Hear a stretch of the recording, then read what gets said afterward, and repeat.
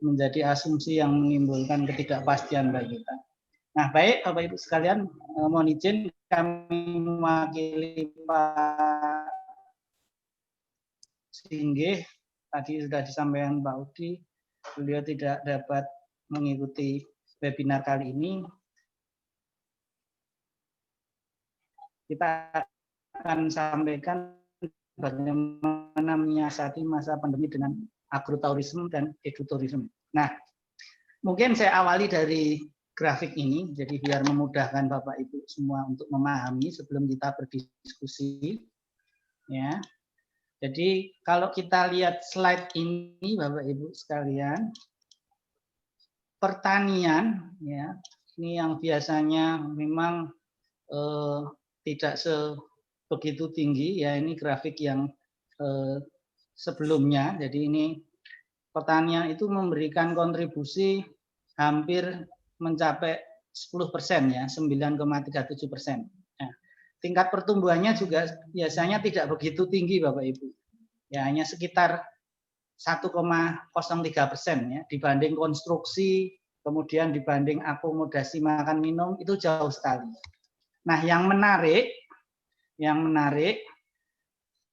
kemarin Bapak Ibu ya, kalau kita cermati angka itu di triwulan yang kedua, kalau kita lihat rilisnya dari BPS, itu sektor pertanian ini luar biasa kontribusinya, ya, jauh dari yang sebelum-sebelumnya.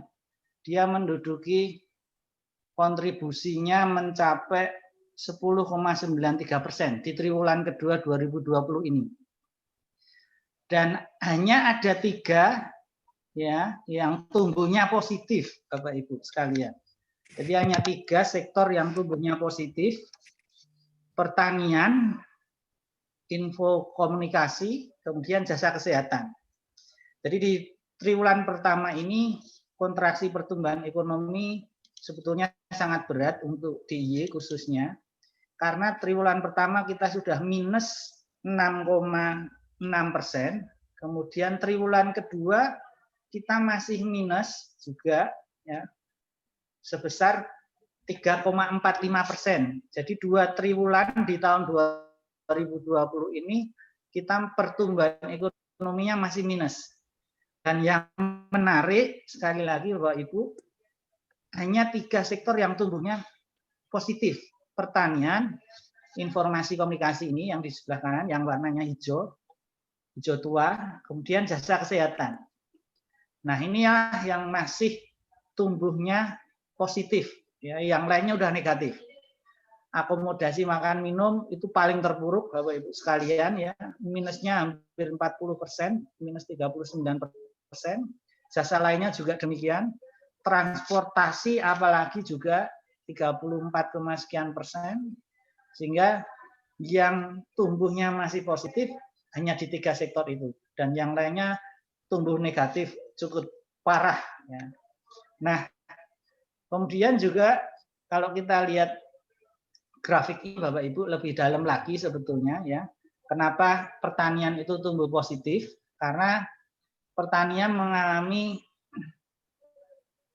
pertumbuhan positif disebabkan karena pergeseran musim tanam padi. Kemudian yang kedua juga terjadi pada tanaman biofarmaka akibat naik permintaan tanaman untuk kesehatan. Jadi ini ada hubungannya dengan masalah kesehatan dan stamina Bapak Ibu. Sehingga memang itulah pemicu kenapa sektor pertanian juga masih tumbuh positif ya selama pandemi ini. Dan memang kalau kita lihat lebih detail lagi ya, di antara lapangan usaha yang ada, perikanan, kehutanan, pertanian dalam arti luas, itu memang satu-satunya yang tumbuh positif adalah pertanian. Kehutanan, perikanan itu juga tumbuhnya negatif. Ya, artinya ini momentum yang tepat sebetulnya kalau untuk sektor agro bangkit, ya, untuk sektor agro bangkit kembali, kemudian bisa menggerakkan diversifikasi pangan lokal, mewujudkan pola konsumsi pangan yang cukup beragam, bergizi dan berimbang. Jadi ini sesuatu yang luar biasa momentumnya untuk agro ya, bangkit kembali.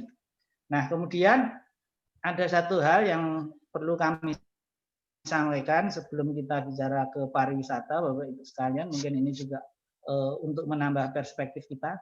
Nah, di pandemi itu adalah pentingnya konsumsi pemerintah. Makanya oleh pemerintah pusat digenjot, ya, belanja pemerintah harus segera dikeluarkan karena itu satu-satunya intervensi pemerintah di mana sektor lain tidak mampu untuk bergerak atau tumbuh positif. Nah, inilah yang barangkali jadi perhatian kita bersama. Termasuk nanti belanja di sektor pariwisata oleh kementerian, oleh dinas, ya, terutama yang bersumber dari APBN, APBD, ini memang harus segera karena itu akan membantu pertumbuhan ekonomi dari sektor konsumsi pemerintahnya.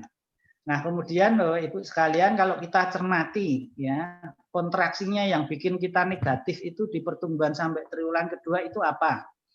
Nah, ternyata penyediaan akomodasi dan makan minum, ini yang buffernya pariwisata Bapak Ibu, ya, itu yang paling terpuruk. Jadi minusnya aja 3,79%. Ini penyumbang kontraksi pertumbuhan negatifnya di triwulan kedua. Jadi memang paling terpukul itu sektornya pariwisata Bapak Ibu sekalian. Ya.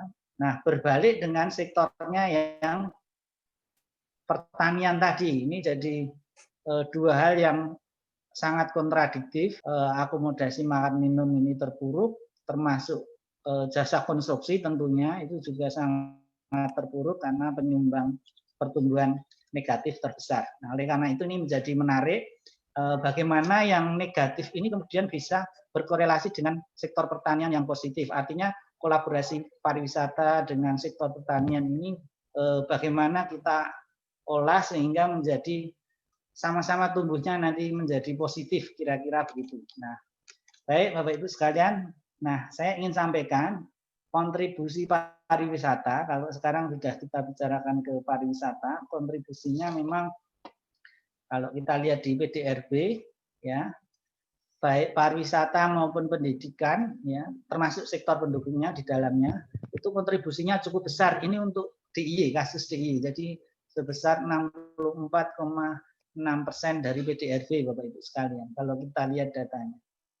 Dan 10,4% itu dari sektor pariwisata secara langsung, kemudian 8,1 juga sektor pendidikan. Dan sebagian besar adalah dari pendukung pariwisata dan pendidikan. Termasuk tadi kalau kita lihat grafik di awal, yang warna merah negatif ke bawah itu akomodasi dan makan minum itu sebetulnya juga termasuk di dalamnya adalah peran dari sektor pendidikan. Ya, selain pariwisata juga peran pendidikan karena pertumbuhan kita yang ditopang sebagian besar konsumsi itu adalah salah satunya dari sektor pendidikan.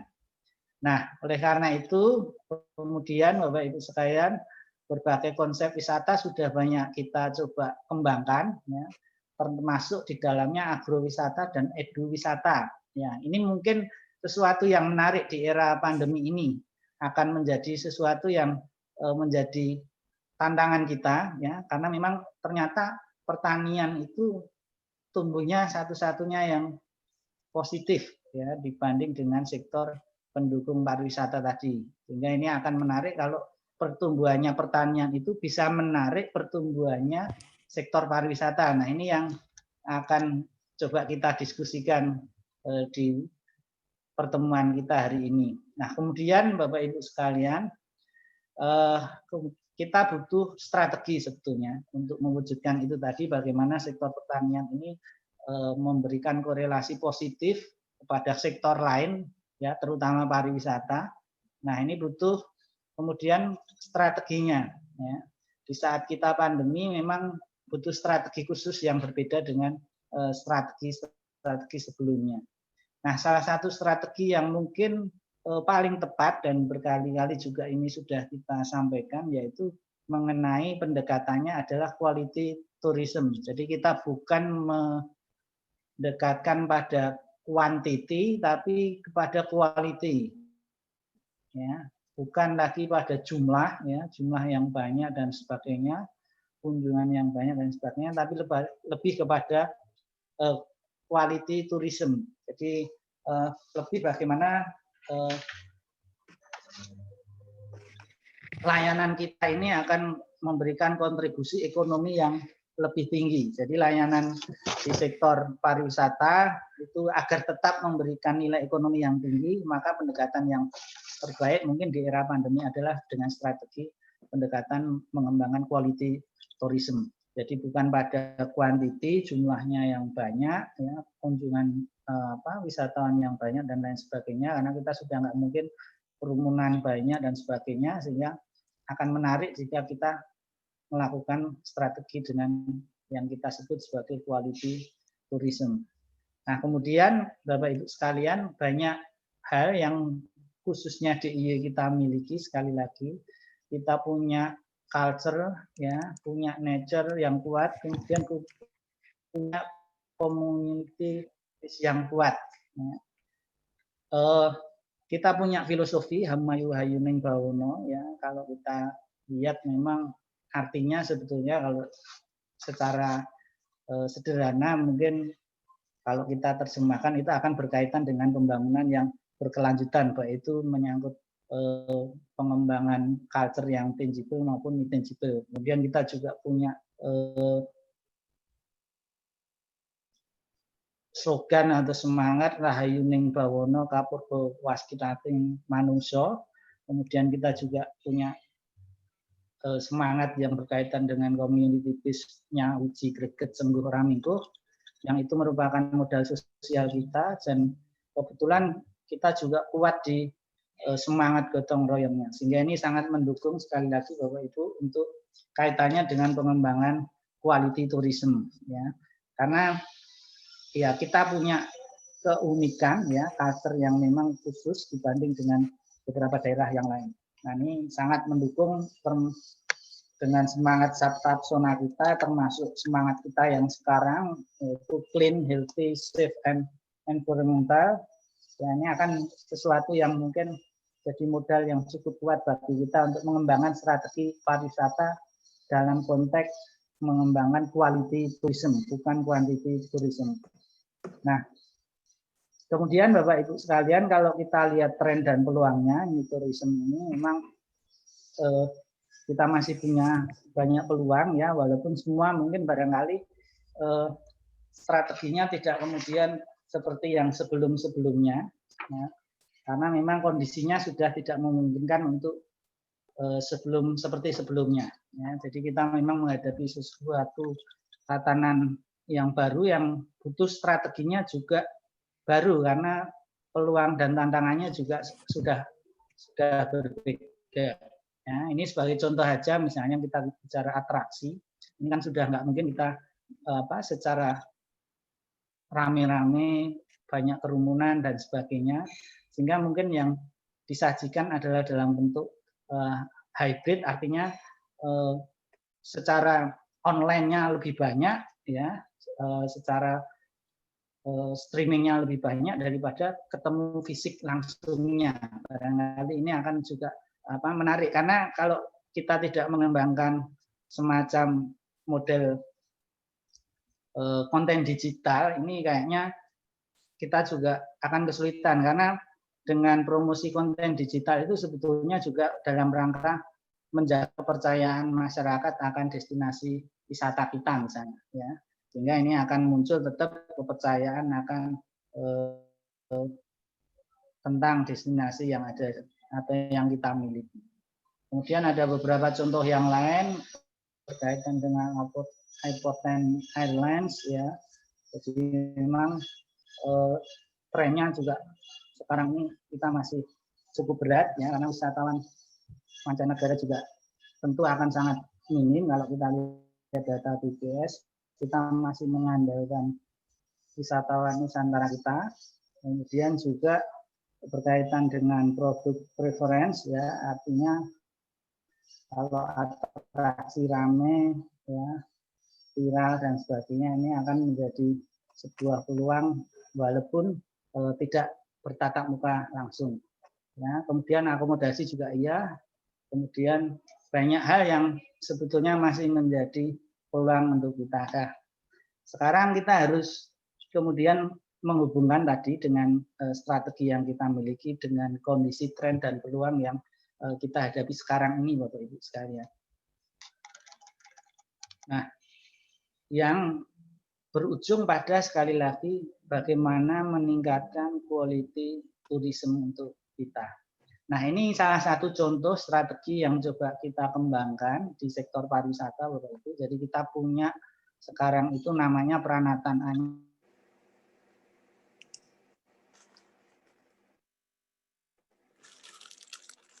Katanya betul-betul harus ditegakkan, ya.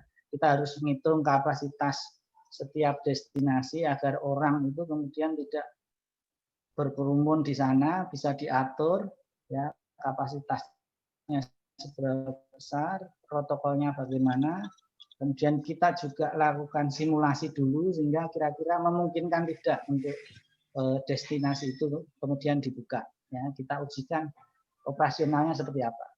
Ya, ini termasuk nanti berkaitan dengan pemulihan pasar, baik itu menyangkut pasar domestik maupun promosi kita. Nah, kemudian kenapa harus agroturism dan eduturism, ya? Jadi memang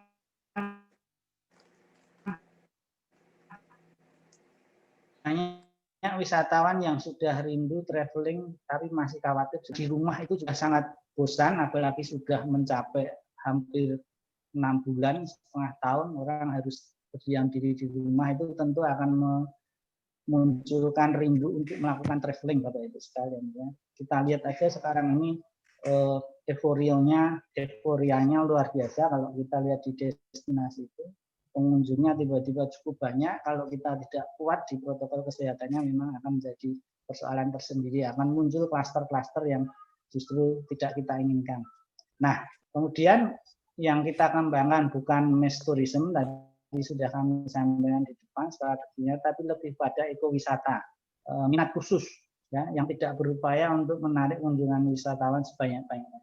Nah, sekarang ini sudah mulai, Bapak Ibu, ya, orang bosan di rumah kemudian mencari hobi untuk bercocok tanam di rumah dan sebagainya. Tren orang untuk bertanam sekarang permintaannya cukup tinggi, bahkan pot itu saja yang plastik kalau kita lihat di sekitar tempat saya itu antri untuk beli, yang dulu nggak laku itu sekarang pada rebutan. Ya, ini contoh-contoh apa kecil saja yang terjadi di sekitar kita itu menunjukkan bahwa memang ekowisata ini menjadi minat khusus yang sebetulnya punya potensi yang luar biasa. Kemudian perubahan perilaku wisatawan yang lebih suka melakukan perjalanannya sendiri atau dalam grup kecil untuk tetap menjaga jarak. Jadi itu salah satu alasan kenapa kemudian agroturism dan eduturism itu sesuatu yang menjadi perlu kita perhatikan. Ya. Kemudian Bapak Ibu sekalian,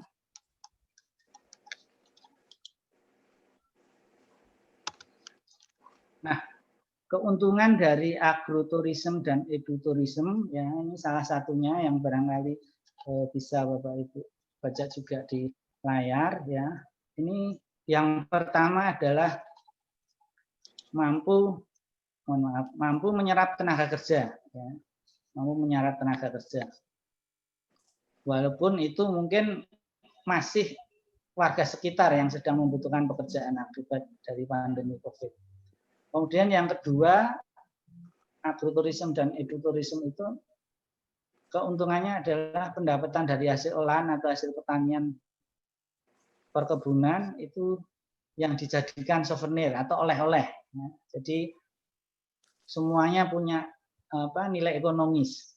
Kemudian yang ketiga, keuntungannya ganda, Bapak Ibu. Dari pendapatan objek dan dari hasil tani, ternak ke pengunjung dalam bentuk segar ataupun produk olahan. Jadi ini sudah menguntungkan warga sekitar yang membantu tenaga kerjanya, kemudian juga menghasilkan pendapatan, ya, yang dijadikan souvenir, kemudian juga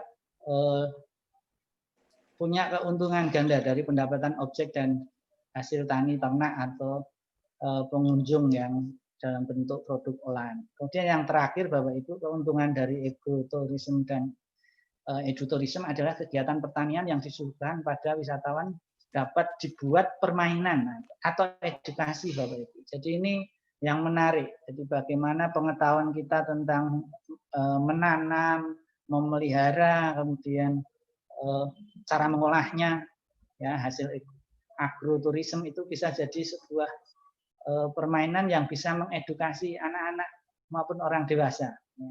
Ini contohnya anak saya sendiri, Bapak Ibu sekalian. Sekarang jadi suka juga. Ya, dulu nggak pernah suka tanaman, sekarang suka bagaimana menebar benih, kemudian agar tumbuh, memeliharanya, ya, agar kemudian berharap nanti berbuah atau berbunga sehingga bisa dilihat hasilnya. Nah, kemudian sekalian mengenai pengelolaan destinasi agroturism dan ekoturism, ya, tadi sudah kami sampaikan di awal, kami sudah melonsingkan peranatan anyar pelestarian Jogja. Jadi memang di sana sudah ada SOP-nya di setiap itu destinasi, ya, destinasi wisata sesuai protokol kesehatan. Jadi kita pastikan setiap pengunjung itu mencuci tangan, ya, kita sediakan wastafel, memakai masker, kemudian dengan termogan kita cek juga kesehatannya kira-kira seperti apa, dan bahkan acara yang kemarin, ya, rangkaian tadi yang Pak Udi sampaikan di Rumah Kopi itu kita rapid dulu sehingga peserta itu bisa dipastikan semuanya adalah aman. Ya.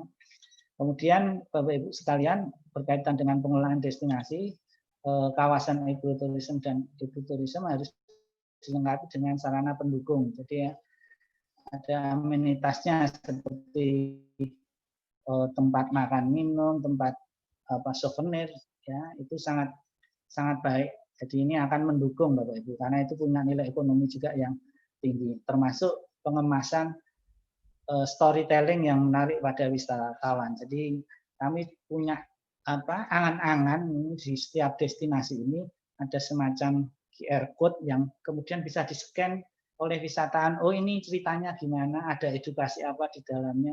Itu cita-cita kami berikutnya Bapak Ibu sekalian. Nah, ini agar juga tidak perlu kemudian kita ke destinasi bertanya-tanya, ya kalau ada yang menjelaskan, kalau tidak kita tidak dapat apapun edukasinya, sehingga kita ingin di sana ada barcode yang bisa menyampaikan storytelling-nya, misalnya destinasi ini isinya apa saja, ada makna apa, ada nilai ekonomis apa, dan seterusnya.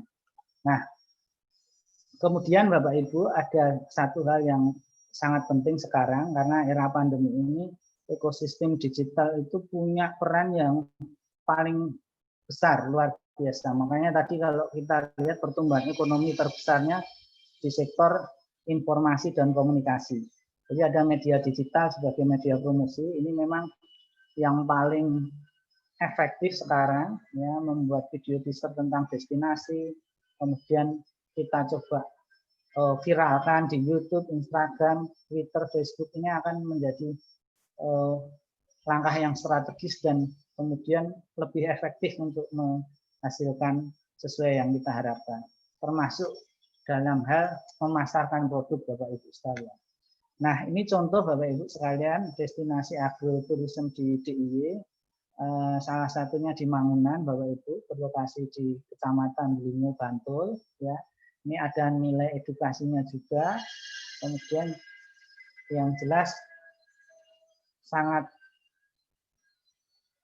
bernilai ekonomis karena sangat produktif. Kemudian juga kita punya sentra agrowisata Jamur Melang di Argorejo, Sedayu, Bantul juga, masih di Bantul. Kemudian salah satu contoh lainnya adalah agrowisata Bunga Pisan, ini di Terbosari, Kecamatan Samigaluh, Kulon Progo. Nah, kemudian yang di Sleman kita punya desa agrowisata Salak Bangunkerto yang letaknya di Gadung, Bangunkerto, Turi, Sleman, jadi daerah Turi. Ini salah satu contohnya Bapak Ibu destinasi agroturism di DIY. Kemudian contoh mengenai eduturism ada beberapa, misalnya Museum Keraton ini juga memberikan edukasi kepada kita. Kita punya dulu namanya program wajib kunjung museum, itu sebetulnya adalah dalam rangka eduturism. Kemudian juga kita punya Benteng Fredebul, kemudian Gembira Loka, Kebun Binatang Gembira Loka, kemudian kita juga punya di kota ini Taman Pintar. Ya. Ini salah satu juga contoh destinasi eduturism di DIY. Nah, saya kira itu Pak Udi yang kami sampaikan di awal. Mohon maaf karena waktunya cukup pendek sehingga kami menyampaikannya cukup cepat ya. Terima Baik, kasih. baik. Assalamualaikum warahmatullahi wabarakatuh. Waalaikumsalam warahmatullahi wabarakatuh. Terima kasih sekali. Wah, luar biasa sekali sharingnya Pak Kurniawan. Banyak hal yang bisa kita petik dari apa yang disampaikan Pak Kurniawan. Terima kasih. Memang kalau bisa saya sedikit simpulkan bahwa Jogja itu penuh filosofi ya Pak Kurniawan ya. Bahwa di mana di filosofi itu juga kita bisa menganalkan berdasarkan budayanya itu bisa kita kembangkan untuk pariwisata edukasi dan tentunya alamnya bisa digunakan untuk agrowisata. Baik, disampaikan juga bahwa oleh Pak Kurniawan tadi bahwa sekarang Jogja itu sudah lebih kepada bukan mass tourism lagi ya, tapi sudah mulai pada quality tourism dan storytelling sangat diperhatikan oleh di Parisa DIY. Baik, terima kasih Pak Kurniawan atas sharingnya. Nanti ke depan setelah beberapa teman-teman yang lain, Bapak Ibu yang narasumber lain selesai, nanti ada waktu tanya jawab untuk daripada Bapak Ibu semuanya. Baik, terima kasih Pak Kurniawan. Dan selanjutnya Bapak Ibu yang saya hormati. Sama-sama. Baik, Bapak Ibu yang saya hormati, untuk pembicara kedua, selanjutnya akan kita sapa juga yang terhormat, ini Bapak Pariwisata juga, Bapak Tasbir SHM Hum. Kita sapa dulu beliau. Assalamualaikum warahmatullahi wabarakatuh. Apa kabar? Selamat siang Pak Tasbir, apa kabar? Kabar baik. Assalamualaikum warahmatullahi wabarakatuh. Pak Udi, Waalaikumsalam warahmatullahi wabarakatuh. Alhamdulillah. Sehat Pak Tasbir? Sehat, alhamdulillah. Ya, semakin segar saja ini Pak Tasbir, luar biasa ini. harus ya Pak. Baik, Pak Tasbir ini beliau dulu pernah menjabat sebagai Kepala Dinas Pariwisata DIY dan juga pernah menjabat sebagai Asisten Deputi Pengembangan Segmen Pasar Bisnis dan Pemerintah Kementerian Pariwisata Republik Indonesia. Beliau juga sangat aktif di dalam pergerakan pariwisata di Indonesia dan juga di Jogja, dan juga terakhir kemarin saya lihat untuk batik ya Pak Tasbir ya, luar biasa menggunakan batik. Baik, tidak perlu saya sampaikan profil beliau karena hampir semua penggerak pariwisata di Indonesia sudah kenal beliau, malang melintang mulai dari Aceh sampai Papua ya beliau ini, dan beliau juga aktif di halal tourism ya Pak Tasbir ya. Nah, baik, untuk memotivasi dan mendapatkan ide-ide tentang pariwisata, tentang agroturism dan eduwisata, baik, kami persilahkan Pak Tasbir, waktu kira-kira 15 menit Pak Tasbir. Dipersilahkan. Baik, Assalamualaikum warahmatullahi wabarakatuh. Waalaikumsalam. Salam sejahtera bagi kita semua. Om Swastiastu. Baik, terima kasih kesempatan ini. Tadi sudah dari Pak Kurniawan menyampaikan bagus sekali tentang perkembangan DIY, strateginya dan sebagainya. Saya apresiasi yang tinggi atas inisiatif ini Pak Udi, ada Bu Tanti, Pak Roni, ya untuk bicara tentang sesuatu yang real, sesuatu yang punya nilai jual yang cepat bisa dilakukan untuk menggerakkan bisnis atau pariwisata di era pandemi ini. Saya ingin mengambil momentum ini, kita hari ini memang hari-hari yang tepat bahwa pariwisata ini kan baru saja kita rayakan World Tourism Day, Hari Pariwisata Dunia. Nah, kebetulan Hari Pariwisata Dunia tahun 2020 ini temanya adalah Tourism and Rural Development. Jadi rural development, pembangunan desa ini betul-betul menjadi perhatian dunia. Kalau kita bicara tentang agrowisata, itu pasti tidak mungkin dilepas dari desa, karena di sanalah fokusnya agroturism itu. Nah, oleh karena itu maka Jogja sangat tepat. Nah, dunia sudah melihat kepada rural, dan kita juga hari ini bicara tentang rural, tentang desa sebagai basis pengembangan. Nah, potensi pertanian di desa, kemudian alam kita, budaya kita, itu bagian yang sangat penting dari apa yang kita ingin bicarakan hari ini. Nah, Jogja itu sendiri sebetulnya adalah merupakan pelopor kalau kita lihat kerangka katakanlah misalnya desa sebagai wisata. Dan bahkan pencanangan pertama desa wisata di Indonesia ini adalah desa wisata Pendi di Bantul. Itu model nasional pertama yang di launching oleh Menteri Pariwisata beberapa puluh tahun yang lalu ya. Jadi sangatlah tepat kalau Jogja itu sendiri bicara tentang agrowisata, dan saya kira pengalaman Jogja tentang pariwisata ini banyak sekali, dan bahkan studi-studi banding ya ke Jogja tentang desa wisata atau yang berkaitan dengan pengembangan pariwisata di desa luar biasa. Maka kita punya desa wisata yang sudah mendapat penghargaan di tingkat ASEAN, di tingkat nasional ya, beberapa desa wisata di sini. Nah, untuk itu maka saya sangat memberikan apresiasi. Nah, kalau kita bicara desa wisata, kita bicara khususnya sangat spesifik tentang agro.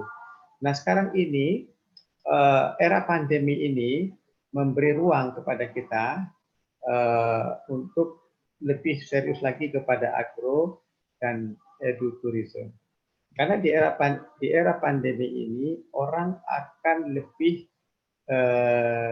mencari tempat-tempat yang lebih terbuka ya di suasana-suasana desa.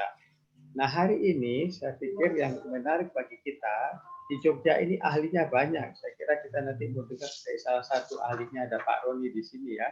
Pak Roni mungkin dan Bu Tanti juga, beliau ini lebih memahami tentang bagaimana potensi Jogja ini bisa digerakkan kepada agroturismnya ya, agro dan eduturism. Nah, kalau di segi agroturism, kita tahu bahwa banyak sekali potensi-potensi agro kita. Tadi disampaikan oleh Pak Kurniawan juga ya.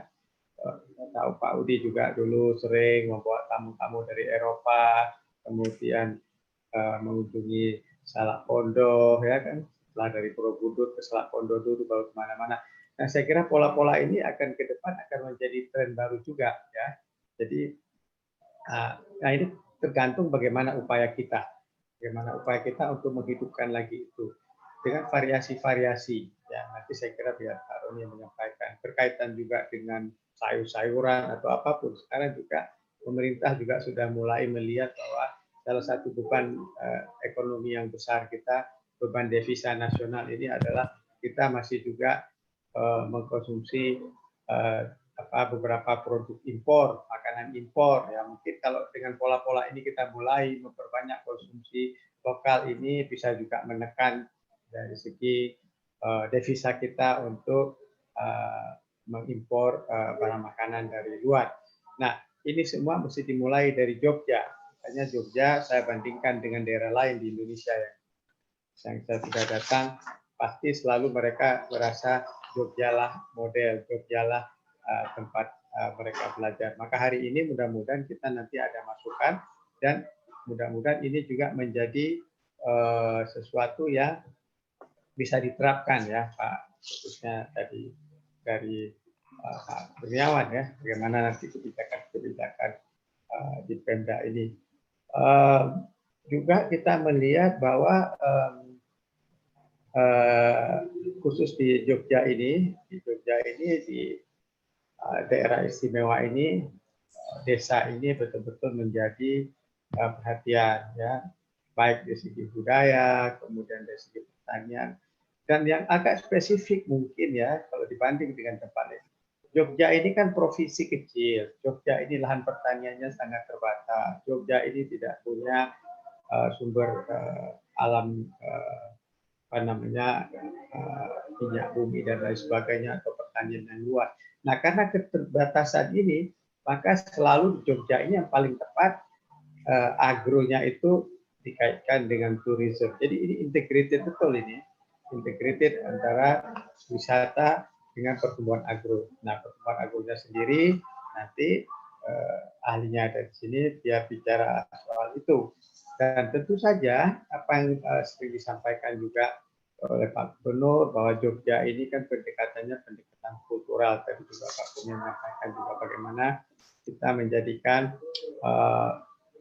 masyarakat Jogja ini menjadi masyarakat yang mencintai alam, masyarakat yang memahami bagaimana mengoptimalkan potensi alam ini, kemudian untuk menggerakkan pariwisata. Mudah-mudahan hari-hari ini kalau tempat-tempat wisata yang sudah kita atau kurang kita urus dengan baik, ya kita uruskan itu dengan lebih baik lagi, karena ini memang mengandung potensi ke depannya, karena orang tadi kembali orang akan mencari tempat-tempat yang terbuka. Ya, hari-hari ini, minggu-minggu ini saya menghadiri banyak sekali pertemuan-pertemuan pariwisata yang diadakan di Jogja, yang mendatangkan banyak pelaku pariwisata dari seluruh Indonesia, dan mereka semua memberi apresiasi yang tinggi kepada desa-desa wisata di Jogja. Nah, ini modal bagi Jogja. Mudah-mudahan hari ini terus menyemangati kita. Mari kita tingkatkan lagi produk kita, mari tingkatkan lagi hasil-hasil agro kita yang kemudian bisa menggerakkan ekonomi lokal dari segi baik itu dikonsumsi wisatawan maupun yang kita konsumsi sendiri. Mulailah dari kita dulu sendiri, kemudian itu akan berdampak kepada wisatawan. Dan kita semua akan menjadi model, kita akan menjadi contoh, ya. Nah, jadi itu yang saya ingin sampaikan secara umum saja dulu, bahwa ini adalah topik yang tepat, bahwa Jogja adalah selalu menjadi model nasional, ya. Makanya salah satu keistimewaan DI adalah fokus pada desa, basis pembangunan yang berkelanjutan. Pemerintah secara nasional sekarang juga melihat desa sebagai basis pembangunan.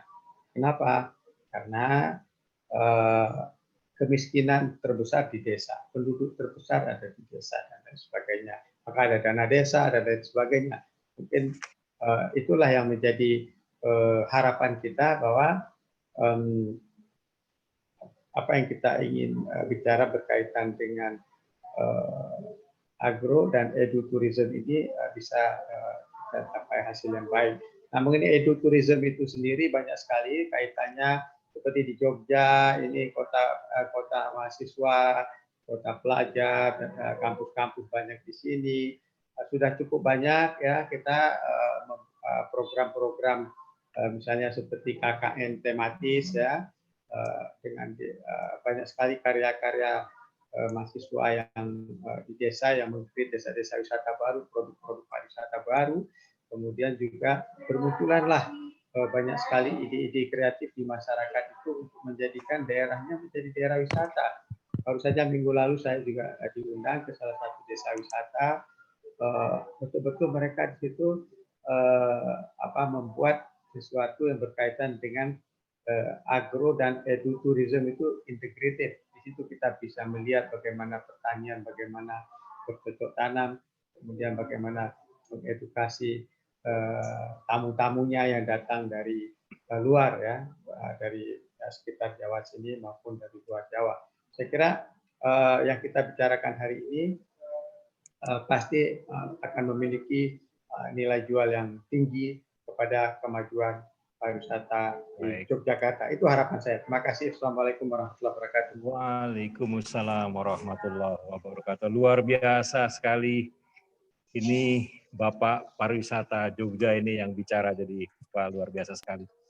Terima kasih Pak Tasbir pemaparannya dan untuk motivasinya.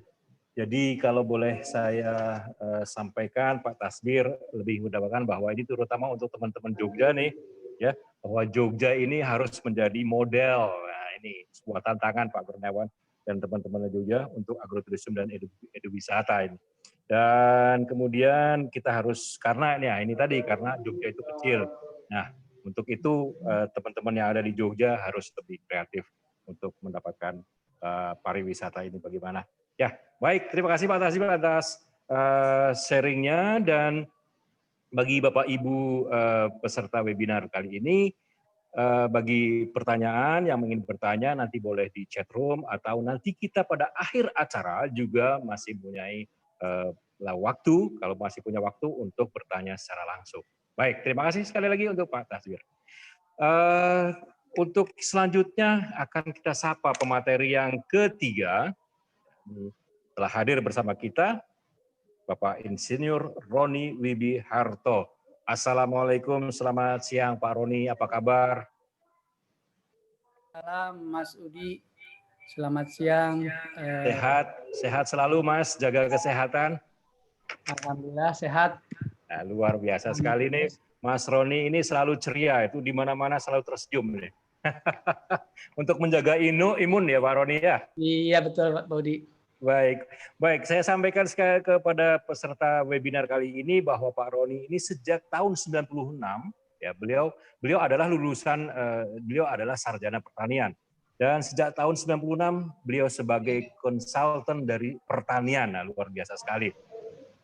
Dan beliau juga pernah bekerja memasok sayur-sayuran di kebun perayaan untuk Horeca yang untuk di daerah hotel-hotel di daerah Jakarta. Nah, sekarang beliau masih juga sebagai konsultan dan pendamping kelompok pertanian di sebuah daerah di lereng Merbabu. Wah, luar biasa ini. Hawanya pasti sejuk dan pasti pemandangan bagus sekali.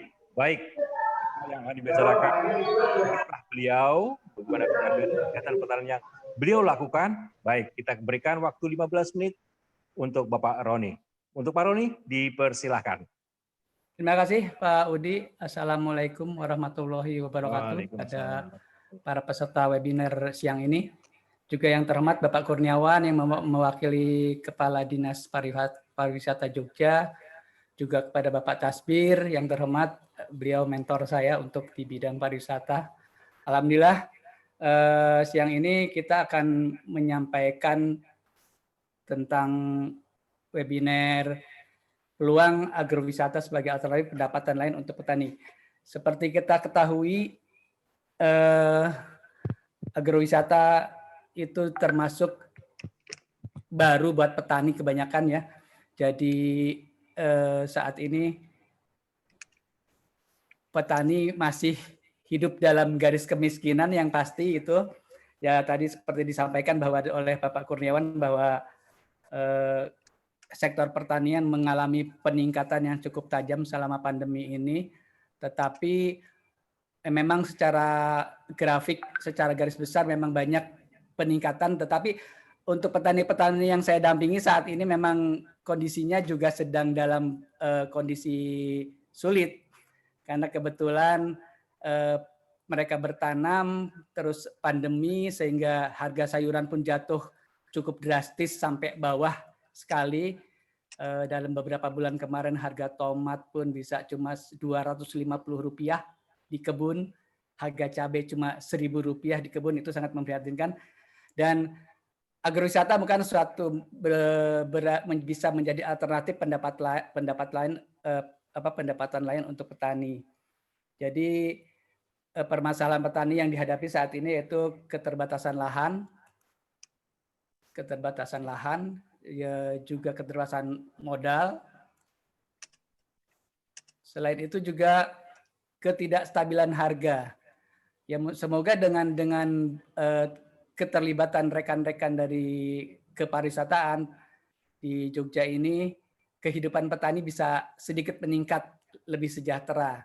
Karena saat ini kalau saya lihat petani di Indonesia itu termasuk garda terdepan ketahanan pangan, tapi satu sisi ironinya juga garda terdepan kemiskinan. Karena hampir sebagian besar petani di Indonesia ini juga kebanyakan hanya sebagai petani penggarap, hanya pekerja. Itu yang terjadi di petani-petani. Selain itu juga faktor sarana produksi pertanian yang cukup melambung tinggi, harganya tidak terjangkau. Jadi petani pun untuk istilahnya untuk menanam satu periode tanam, untuk obat-obatan kadang-kadang mereka untuk keperluan pupuk dan pestisida dan lain-lainnya mereka sistemnya ngambil dulu, menghutang kepada kios-kios pertanian yang nantinya dibayar setelah panen. Istilah kami di pertanian itu yarnen. Setelah panen baru dibayar. Tapi dengan kondisi harga anjlok ya petani tidak bisa apa-apa. Akhirnya jalan lain mereka untuk bisa tetap bertanam yang menjual aset mereka. Biasanya mereka juga beternak kambing, berternak sapi, ya itulah yang dijadikan modal mereka untuk bertani kembali. Ya, karena yang saya tahu, saya selama mendampingi petani itu di lapangan, petani itu tidak ada yang kapok, ibaratnya kapok sebagai petani. Jadi ibaratnya seperti kita makan sambal, ya sudah pedas tapi ya besok pasti nyari lagi sambal gitu. Seperti itu. Selanjutnya agrowisata juga sangat menarik tentunya kalau dikembangkan oleh teman-teman pariwisata di bidang pertanian, karena banyak materi yang bisa disampaikan dalam pertanian ini, seperti misalnya di dalam pertanian padi lah khususnya, kita bisa mengajarkan bagaimana kita menanam, bagaimana kita memupuk, bagaimana kita memanen. Itu satu proses yang panjang, bahkan mungkin sampai pasca panennya pun bisa dijual sebagai sarana edutourism. Demikian juga komoditi lain seperti sayur-sayuran, buah-buahan juga seperti misalnya bisa dijadikan sarana untuk pembelajaran adik-adik terutama adik-adik pelajar ya. Jadi agrowisata itu sebagai edutourism bisa disampaikan dari mulai anak-anak TK,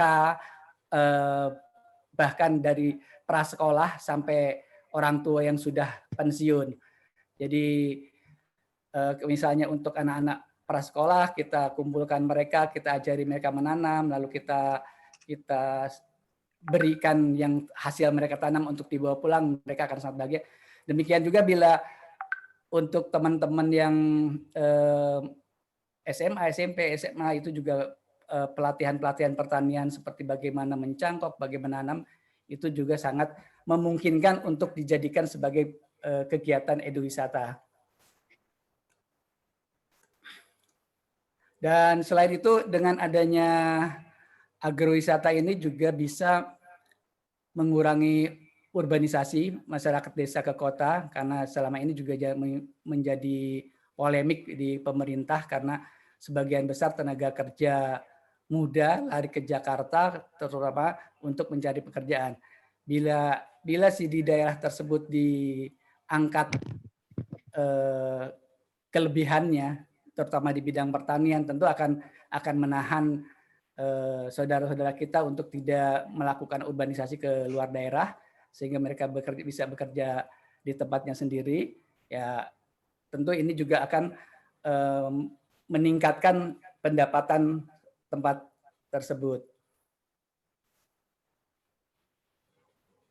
Selain itu juga pertanian juga bisa dijadikan sebagai sarana edukasi semua masyarakat. Jadi banyak tanaman yang bisa dikelompokkan, dari mulai tanaman sayuran, tanaman buah-buahan, tanaman obat-obatan, dan semua prosesnya bisa dijadikan sebagai sarana edukasi.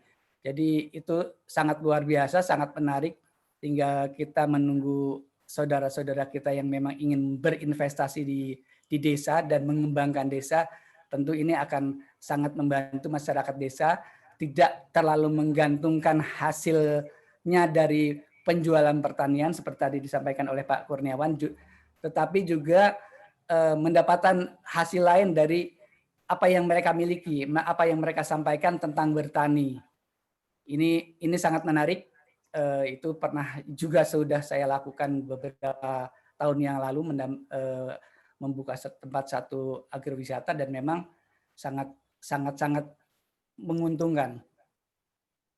Nah, selanjutnya dari sisi kami pendamping petani di lapangan, tentu akan sangat bahagia ya bila satu kawasan pertanian, terutama kawasan pertanian yang kami dampingi ini, juga yang ada di sebagian di lereng Merapi, bisa disulap menjadi satu destinasi baru untuk wisata yang mempunyai nilai jual, juga mengandung nilai keilmuan, yaitu untuk edukasi.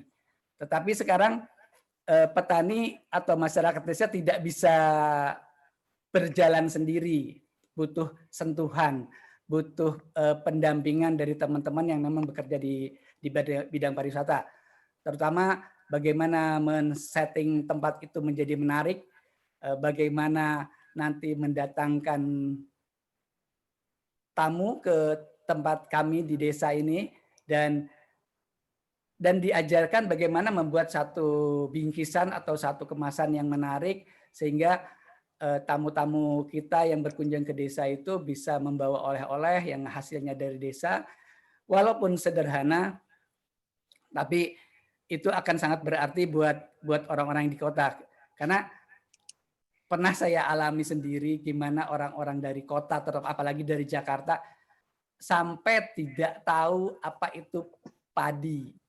Jadi mereka nanya, Pak, pohon nasi itu seperti apa sih? Jadi itu sebetulnya perlu keterlibatan kita semua untuk mengedukasi masyarakat bahwa proses pertanian itu panjang dan sebagai materi pelatihan untuk saudara-saudara kita yang ingin tahu bagaimana pertanian.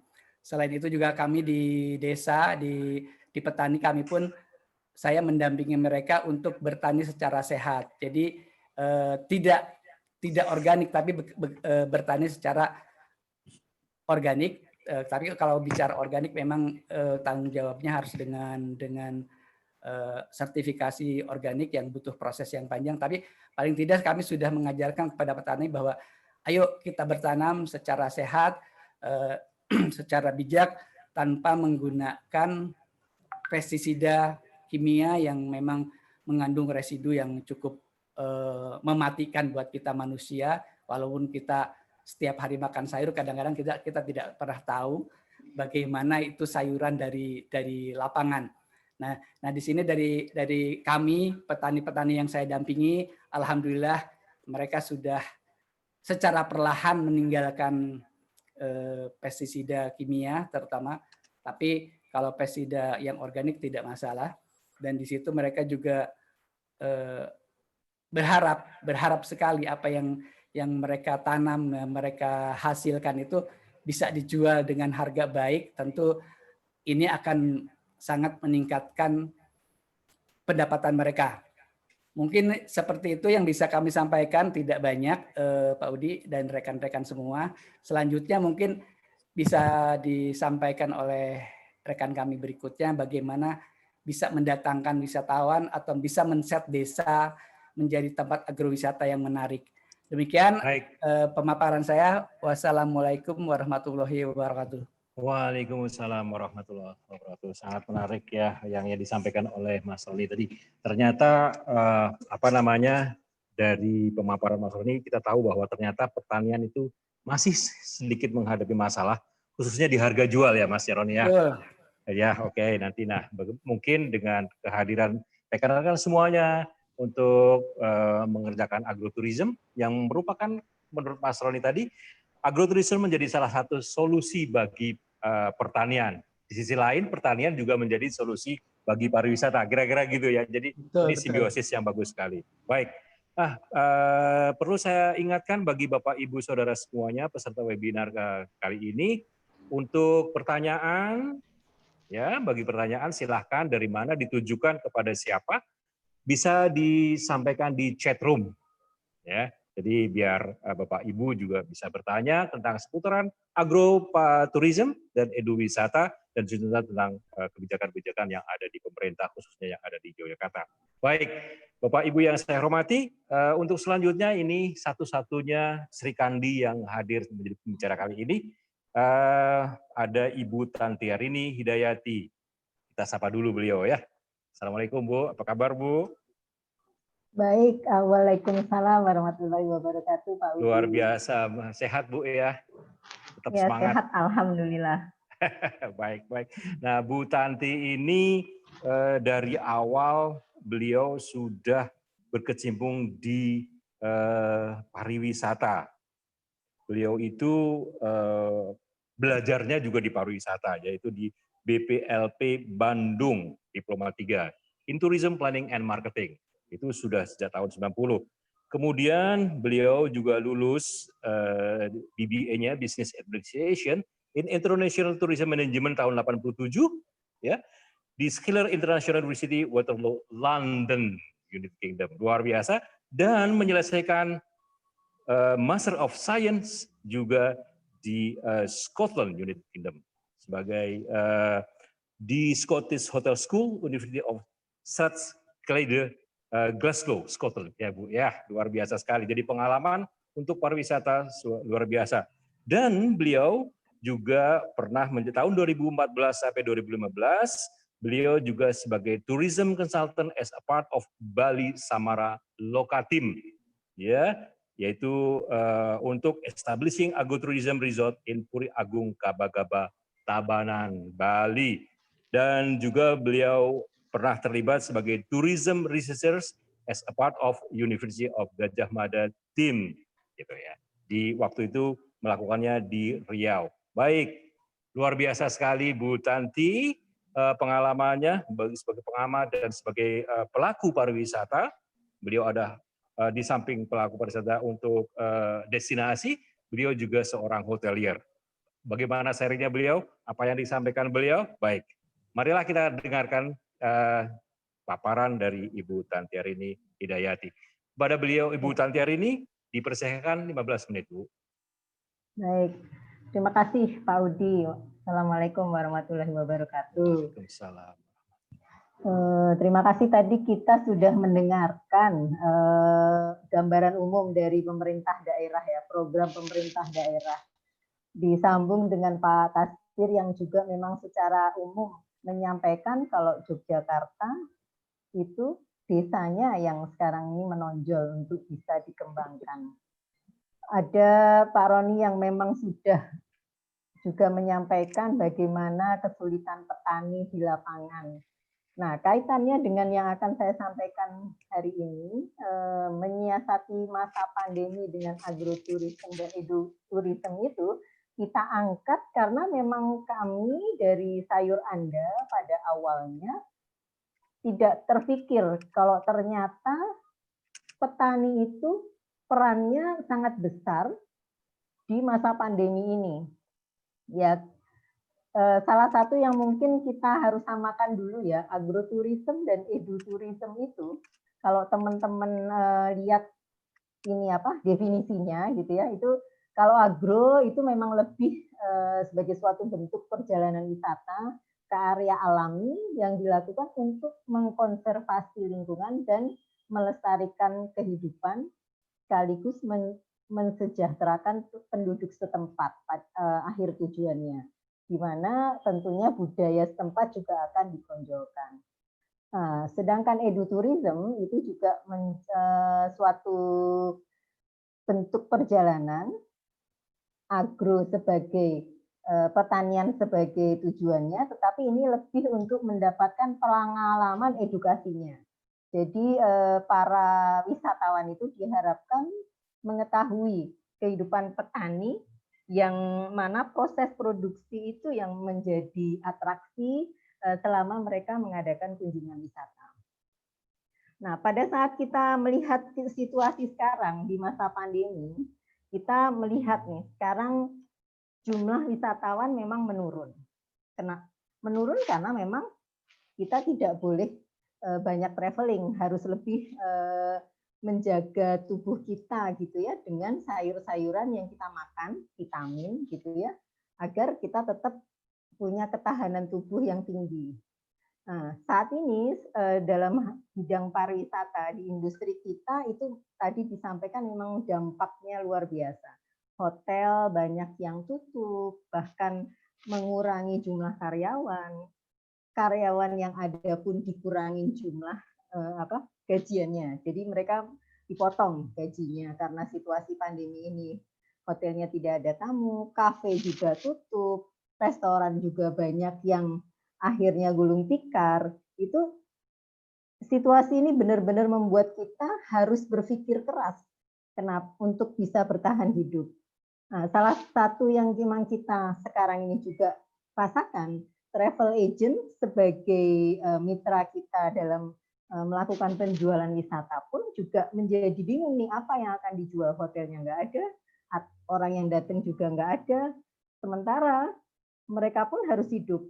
Jadi pada saat kita mulai mengumpulkan fakta-fakta situasi di lapangan, kami dari Sayur Anda mencoba untuk akhirnya menyusuri. Kita makan setiap hari menggunakan sayur-sayuran yang diharapkan bisa untuk meningkatkan daya tahan tubuh kita. Itu asalnya dari mana?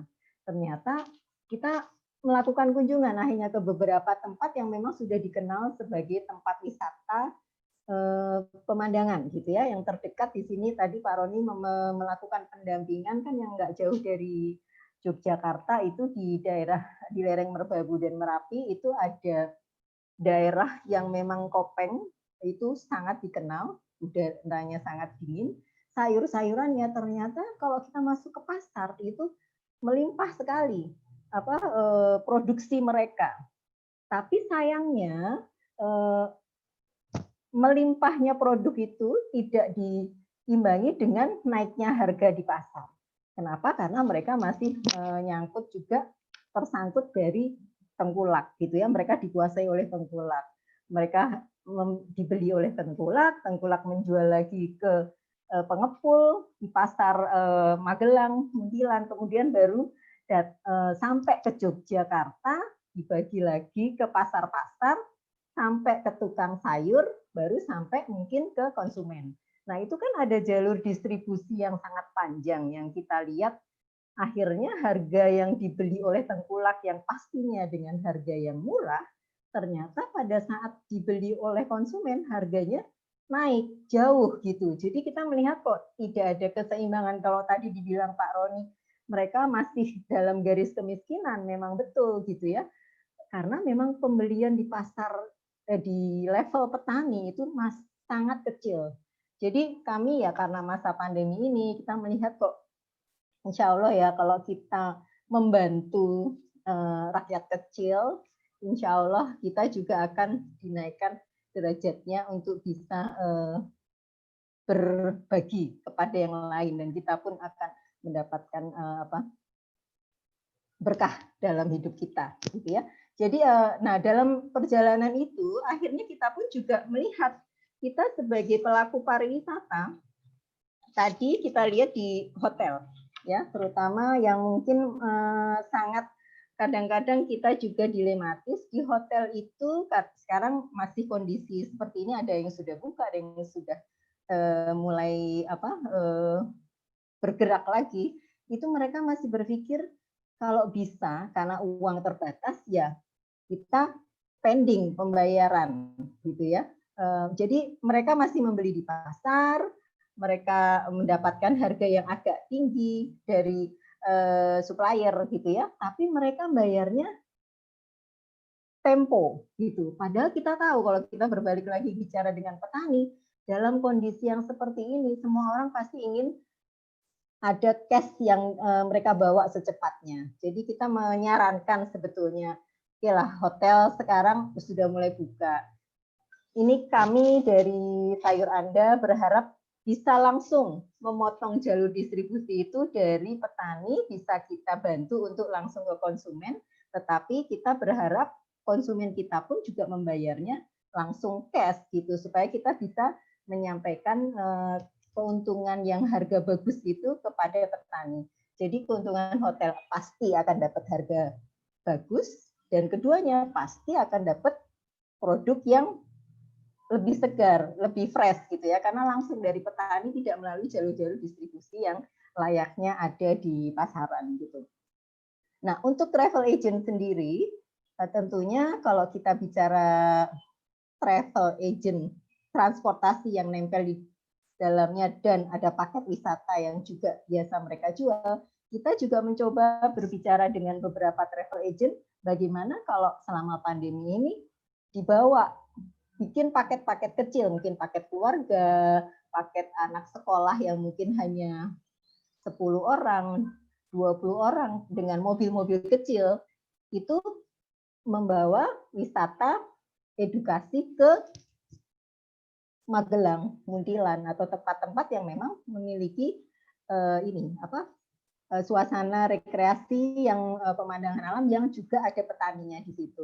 Makanya kita di sini untuk menyiasatinya kita memberikan pemahaman ya kepada teman-teman hotel untuk lebih memperhatikan petani karena mereka juga menggunakan bahan produk pertaniannya, dan kepada teman-teman travel agent yang mungkin sulit kalau mau jualan inbound, outbound, sekarang kan masih sulit ya. Kenapa enggak kita bikin wisata alternatif yang kunjungannya ke berbagai tempat di wilayah terdekat, mungkinnya nggak usah wilayah Indonesia. Mungkin kalau travel agent di Padang ya jualannya Padang, travel agent di Jogja jualannya Jogja dulu, karena kita kan belum bisa banyak traveling ya. Jadi itu membentuk wisata alternatif yang memang tujuannya ke tempat-tempat wisata pertanian gitu ya.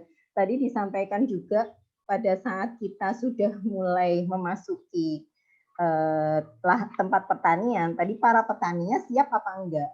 Memang kami juga akhirnya membawa teman-teman agent ini untuk survei.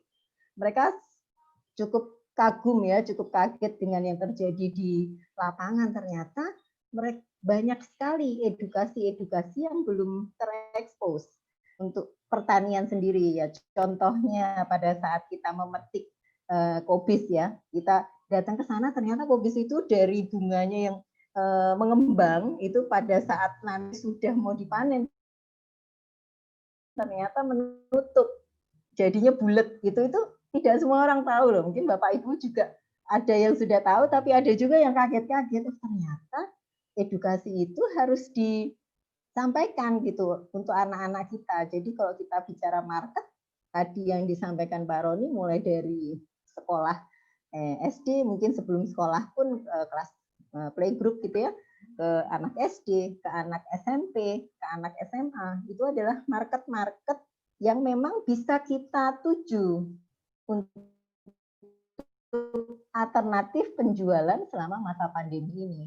Bahkan universitas pun mereka juga mempunyai program KKN yang harapannya datang ke tempat-tempat wisata yang memang belum terekspos untuk bisa memberikan pelatihan kepada para petani. Kenapa pariwisata itu penting dan bisa menaikkan taraf hidup mereka gitu ya. Selama ini mungkin mereka hanya menanam sayur, tetapi dengan adanya pelatihan kepada mereka, oh kalau ditanam sayuran itu kalau saya bikin prosesnya juga bisa dilihat, terus nanti saya petik, dimasak, bisa saya sajikan. Kalau udah disajikan di meja, bisa tampilannya bagus seperti apa. Mungkin teman-teman dari hotel, chef yang mungkin memang sudah berpengalaman untuk menata di meja restoran, nah itu mengajari para petani, ibu-ibunya mungkin untuk bisa juga menyajikan secara atraktif di meja makan yang ada di desa. Nah itu nanti bisa dipaketkan dengan semua yang tadi ya datang dari Jogja atau kota-kota lain untuk masuk ke daerah petani itu, untuk bisa kita pilih tempat-tempat yang mana bisa untuk coffee break, mana yang bisa untuk lunch, mana yang untuk sore hari coffee break, itu bisa di saung-saungnya petani, bisa kita bikin coffee break di situ dengan suasana desa. Nanti mereka makan siangnya bisa dengan rantangan, mungkin dengan dibawa oleh bakul. Itu sangat menarik ya. Teman-teman travel agent pada saat kita ajak ke situ, mereka betul-betul ingin menciptakan paket tur wisata agroturisme ini. Mudah-mudahan segera terwujud dan itu bisa kita sampaikan ke teman-teman travel agent yang ada di Indonesia. Kalau memang agroturisme itu menjadi andalan yang sekarang juga digalakkan pemerintah, kenapa itu tidak kita lakukan? Nah, Sayur Anda sendiri memang saat ini menawarkan kepada masyarakat itu untuk tidak hanya menjual sayur dan membantu petani. Awalnya memang kami ingin sekali bisa ikut mendistribusikan produk pertanian mereka, tetapi pendampingan itu yang paling penting dilakukan sebelum produk itu kita panen. Sehingga pada saat kita menjual kepada masyarakat, kita bikin paket-paket yang bisa dipilih. Mungkin paketnya dari Senin, Selasa, Rabu, Kamis kita sesuaikan dengan permintaan pasar. Mungkin hari Senin kita tanyakan kepada petani, oh saya lagi mau panen kentang, 2 minggu lagi Bu, hari Senin bisa. Nah, itu kita kasih harga promosi yang bisa langsung dibeli oleh masyarakat gitu. Jadi memang hari-hari tertentu itu kita tidak fix untuk paketannya seperti apa, karena kita juga melihat di lapangan teman-teman dari petani itu sedang panen apa. Bahkan pada saat mereka harga ngedrop, kita juga me-encourage para petani itu untuk bisa menyedekahkan sayurnya. Karena kami ada sedekah Jumat yang memang kita lakukan rutin, itu karena kita lihat pada saat di lapangan, ada hari-hari tertentu sayuran yang dijual tidak laku.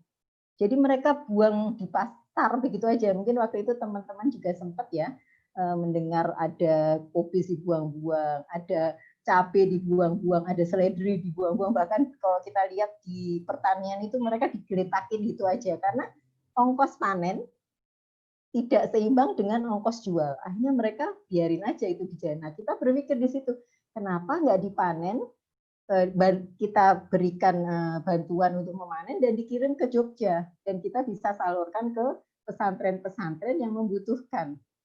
Harganya yang mereka jual, mereka tidak jual, tapi kita niatkan kepada teman-teman petani ini, Pak, niatnya sedekah Pak, untuk bisa disampaikan ke teman-teman di pesantren, dan itu berjalan. Akhirnya mereka setiap minggu rutin, yang daripada dibuang, dipakin, dikirim ke Jogja. Memang ada ongkos transportasi yang Mohon maaf, kita bantu. 1 menit lagi bisa Bu? Baik, ya. Terima kasih Mas Sudi. Ini jadi pada saat kita memang sudah mulai melihat banyak sekali permintaan di pasar karena orang-orang mulai tahu, petani itu juga sadar kok kalau kita itu sebenarnya ingin berbagi juga. Ya, jadinya mereka akhirnya bisa mendengarkan, oh tidak hanya menjual sayuran tapi mendengarkan kita bagaimana supaya mereka juga lebih berkah hidupnya, tapi juga bisa didatangi banyak orang untuk meningkatkan penjualan dari hasil pertaniannya. Mungkin itu yang kita bisa sampaikan, Pak Udi. Terima kasih. Kalau ada pertanyaan nanti kita sambung kembali. Baik, terima kasih Assalamualaikum sekali. warahmatullahi wabarakatuh. Waalaikumsalam warahmatullahi wabarakatuh. Kita beri aplaus untuk keempat pembicara kita semuanya ya. Luar biasa aplaus secara virtual. Tidak mengapa, baik Bapak Ibu, luar biasa sekali sharing dari Ibu Tantiarini Hidayati ini sudah membawa kita ke pedesaan, ke rural. Baik, bagi Bapak Ibu Saudara yang mempunyai pertanyaan, silahkan bisa di chat ya, di chat room, dan akan kami bacakan beberapa nanti yang terpilih. Tapi dan juga pada sesi terakhir ya, saya harap kita masih punya waktu bagi Anda bisa bertanya langsung. Baik, saya baru dapat informasi kalau juga hadir pada sore hari ini beliau Bapak Kepala Dinas Pariwisata Sumatera Barat. Luar biasa, selamat bergabung dengan kami Bapak. Luar biasa, semoga ini bisa bermanfaat bagi teman-teman yang ada di Sumatera Barat. Baik, Bapak Ibu yang saya hormati, ternyata ini di ruang chatting sudah banyak sekali pertanyaan-pertanyaan ya. Baik, akan saya bacakan pertama dari Bapak Adiatama. Luar biasa, ini bahwa di Lampung, ya ini pertanyaan siapa ya ini ya. Bahwa di Lampung sudah memulai, tapi waktunya hanya 3 bulan. Nah, pertanyaannya adalah bagaimana sih agar kita bisa berkelanjutan. Nah, mungkin ini bisa kepada Bu Tanti nih ya di pertanyaan. Bagaimana agar kita itu tidak hanya 3 bulan untuk memberikan tanaman buah ini tidak 3 bulan. Apakah kita harus mencari alternatif lain? Silakan Bu Tanti, waktu mungkin hanya sebentar saja, bisa disampaikan Bu Tanti. Oke. Sebetulnya mungkin kalau kita bicara 3 bulan di sini ya, waktunya hanya 3 bulan, selebihnya harus ada ide baru. Jadi kalau di pariwisata itu kan selalu ada atraksinya, itu harus selalu mengikuti pasar. Atraksi yang ada sekarang mungkin tidak menarik itu, atau mungkin 3 bulan ini sudah tidak banyak yang datang karena mungkin cuacanya tidak bagus, tanamannya juga mungkin tidak tumbuh dengan baik, ya diganti mungkin bisa dengan tanaman yang lain. Nah, termasuk kalau di dalam tiga aspek yang di pariwisata itu kan aksesibilitasnya harus bagus, atraksinya harus mengikuti demand pasar, dan amenitasnya, fasilitasnya tersedia seperti tempat-tempat umum yang ada kamar mandi, tempat sampah, apalagi sekarang dengan protokol kesehatan itu harus diikuti. Itu saya pikir harus mengikuti pasar ya, Mas Adiatama. Saya nggak tahu apakah itu sesuai dengan keinginan jawabannya, karena wisata desa itu jawaban saya Pak. Baik, terima kasih Bu Tanti, luar biasa sekali. Ya, oke, baik. Kita ke pertanyaan selanjutnya. Ini ada dari untuk Pak Kurniawan. Pak Kurniawan masih bersama kita? Baik, dari pertanyaan dari Pak Danang Hepridatama. Nah, pertanyaannya adalah, apakah ada si kampung kecil di kota Jogja yang warganya menanam sayuran atau buah di lingkungannya yang bisa dikunjungi untuk belajar menanam di tengah perkotaan dan memperoleh biji, proses penanaman sampai pengolahan hasil panen? Pak Kurniawan, dipersilakan Pak Kurniawan, singkat. Tolong. Terima kasih. Terima kasih Pak Udi. Jadi tadi seperti yang disampaikan Pak Tasbir juga, kemudian juga Pak Roni, ini nyambung Pak sebetulnya dengan pertanyaan. Memang fokusnya, konsentrasinya sementara tadi seperti yang kami contohkan juga masih di desa Pak Danang ya. Apakah kalau di kota saya belum melihat, jadi masih konsentrasinya di desa ya, karena menyangkut tadi alam yang terbuka kalau istilahnya Pak Tasbir boleh kami pinjam. Kemudian juga berkaitan dengan produk tadi yang Pak Roni sampaikan, juga Bu Tanti Arini ini juga yang tadi juga menyinggung mengenai kemitraan. Jadi memang contohnya kalau mulai dari bibit dan sebagainya, kalau di kota sepertinya belum ada Pak, jadi masih terkonsentrasi di luar ya, walaupun di luar itu tidak begitu jauh ya. Kalau kita lihat beberapa balai juga ada yang di ini juga mungkin barangkali bisa jadi contoh, tapi letaknya selalu memang tidak di kota. Untuk yang lahan sempit, percontohan dan sebagainya memang kami belum sampai sekarang belum kami temukan yang bisa dijadikan contohnya. Saya kira itu Pak Udi yang Pak bisa kami sampaikan ke baik, Pak. Baik, luar biasa. Ya. Nyambung Pak Kurniawan ini sekalian dari Pak Guruh Utomo. Nah, ini sekalian Pak Kurniawan. Kami menanam buah apokat, jamu kristal dan jamu air. Nah, ini di mana? Belum tahu tadi. Bagaimana bentuk kerjasama konkret nih dengan Dinas Pariwisata terkait pengembangan ke arah desa wisata? Mungkin bisa dijelaskan Pak Kurniawan sekalian. Monggo Pak. Baik, terima kasih Pak Udi. Jadi ini langsung nyambung aja ya. Jadi memang ada beberapa contoh Pak ya yang pernah kami temukan juga ya.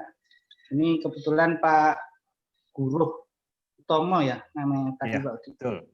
Ya, Pak Guruh Utomo menanyakan tentang contoh konkretnya jambu kristal.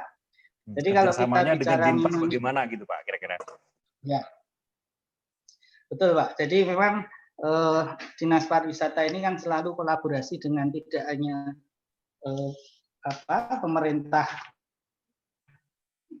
secara vertikal maupun ke bawah maupun ke atas, tapi kami juga kolaborasi dengan banyak dunia usaha, ya termasuk sebetulnya juga dengan kelompok-kelompok sadar wisata dan koperasi. Ya, kami terutama koperasi-koperasi yang ada di destinasi, sehingga kalau jambu kristal itu ternyata bagian dari kelompok yang barangkali itu juga merupakan usaha kecil menengah atau kelompok sadar wisata yang juga terbalut di dalam koperasi, saya kira itu juga bisa kerjasama. Kami tidak membatasi. Artinya sektor pariwisata ini sebetulnya kolaborasinya cukup luas, ya. Tidak dengan hanya asosiasi industri pariwisata, perguruan tinggi, tapi juga masyarakat. Jadi memang seperti contoh di desa wisata, ya, kami selalu melakukan pembinaan juga. Jadi tidak hanya berkaitan dengan bagaimana kapasitas di desa wisata, tapi juga bagaimana agar desa wisata itu juga produktif, ya, tetap berkontribusi dan menarik. Kemudian dari sisi destinasi tetap kita kembangkan. Jadi Pak Guru Utomo sangat mungkin Pak, tapi kami akan lihat nanti misalnya kalau lebih teknisnya ya, barangkali kita butuh waktu lebih lama lagi mengenai apa mungkin syarat teknisnya lah, mungkin kira-kira begitu. Karena kita nggak mungkin mengembangkan jambu kristal kok hanya satu satu lahan yang terbatas misalnya, gitu kan. Ini harus dikemas mengenai bagaimana dengan kelompok masyarakat yang lain mengelola jambu itu, kemudian jambu itu dari sisi destinasi seperti apa, kira-kira begitu Pak. Baik, Pak Kurniawan luar biasa. Jadi intinya bahwa Dinas Pariwisata khususnya DIY itu sangat support terhadap segala pengembangan agrowisata ya Pak ya, kira-kira seperti itu. Ya. Baik, Bapak Ibu yang saya hormati, Mas, banyak sekali pertanyaan-pertanyaan ini, dan ini saya seleksi ada beberapa pertanyaan. Ini ditujukan kepada Pak Tasbir kelihatannya ini, sebagai pakar pariwisata ini. Baik, Pak Tasbir masih bersama kami? Masih. Oke, baik Pak Tasbir. Baik, Pak Tasbir ini ada dari Pak Yunus Susilo. Saat ini Pak Yunus itu sedang membantu BUMDes di Wonoagung, Kasembon, Malang, untuk pemetasan dan desain lahan milik BUMDes seluas 4,5 hektar nih. Nah, yang akan dikembangkan untuk wisata petik buah. Nah, tetapi beliau hanya saja kami belum bisa membuat konsep pengembangan agrowisata dan eduwisata. Kepada siapa kami bisa bertanya, minta informasi, bantuan ini. Kira-kira mungkin Pak Tasbir bisa membantu. Nah, tapi satu lagi Pak Tasbir, itu yang pertama. Ini ada beberapa yang perlu saya bacakan Pak Tasbir.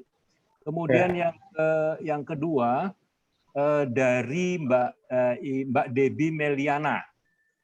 Mbak Debbie Meliana menanyakan, Mbak Debbie baru lulusan dari pariwisata. Seperti yang disampaikan oleh narasumber bahwa pandemi COVID-19 ini menimbulkan banyak dampak terparah pada pariwisata.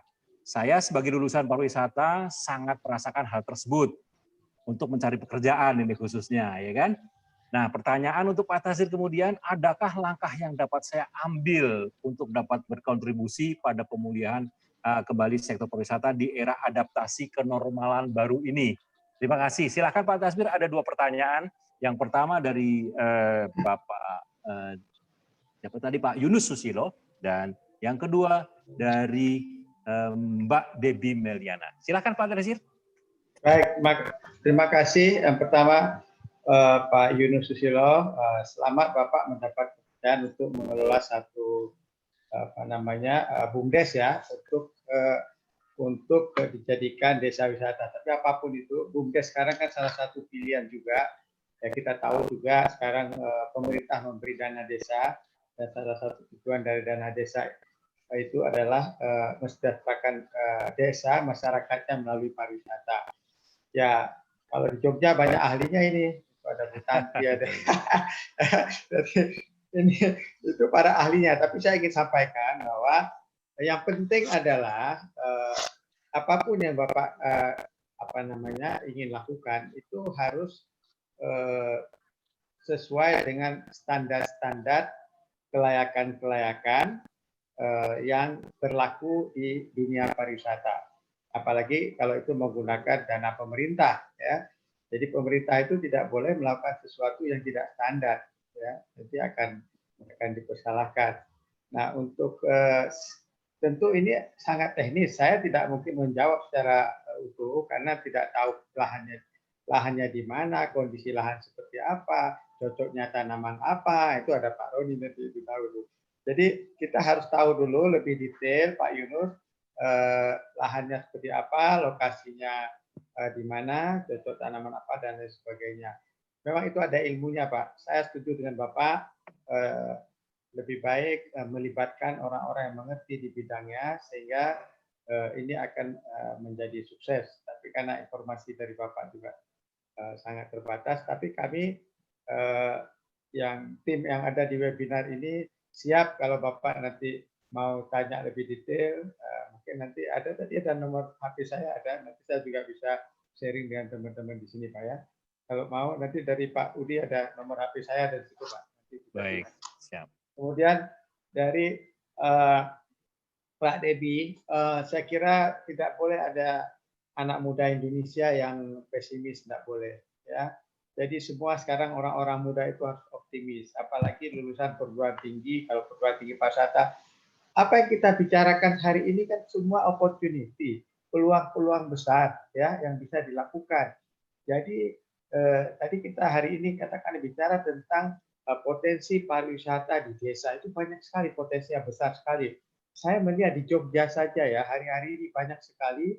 Saya baru saja 3 hari yang lalu diundang ke salah satu desa di Jogja ini, baru dibuka. Itu pengunjungnya luar biasa, hanya sekedar aktivitas yang biasa-biasa saja di sana. Ada kolam renang untuk anak kecil, ada bercocok tanam, ada. Jadi saya kira sangat terbuka. Apalagi masyarakat kita sekarang sudah sangat jenuh di rumah ya. Nah, makanya yang penting mari gerakkan pariwisata. Yang penting patuh kepada protokolnya. Ya, saya kira itu harus optimis dan sekali lagi kalau mau lebih detail nanti WA ke kami, nanti kami akan beri solusinya. Terima kasih. Baik, terima kasih Bapak Ibu yang terhormat, luar biasa jawaban Bapak Tahbir.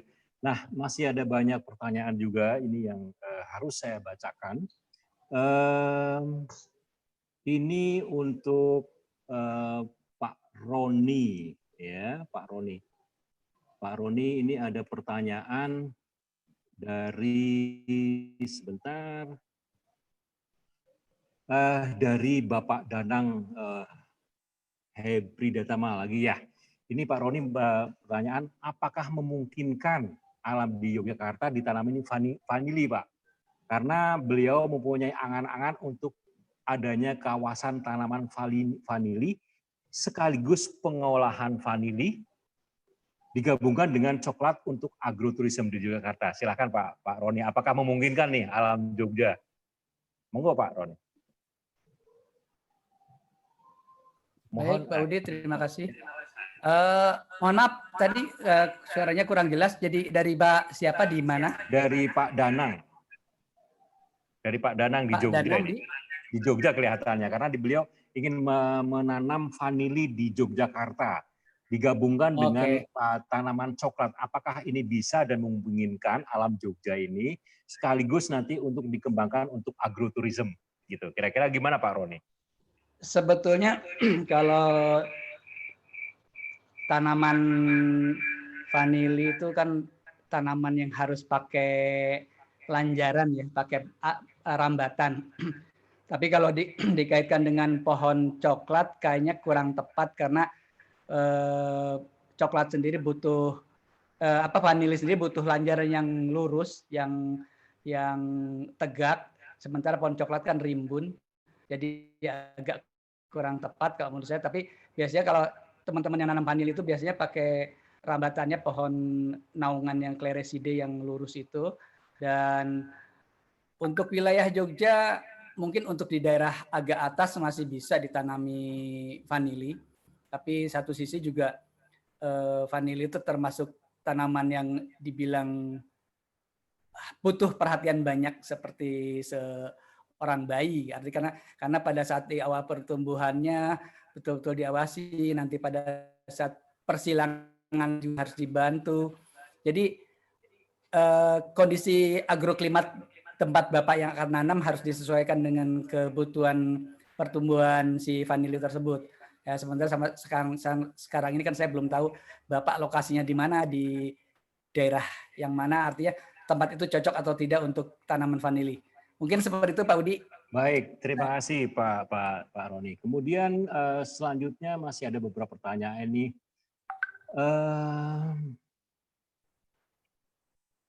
Mungkin ini untuk kepada Bu Tanti ya. Tadi beliau pernah juga sebagai ahli untuk branding. Nah, ini ada pertanyaan dari Bapak Nyoman Swastawol.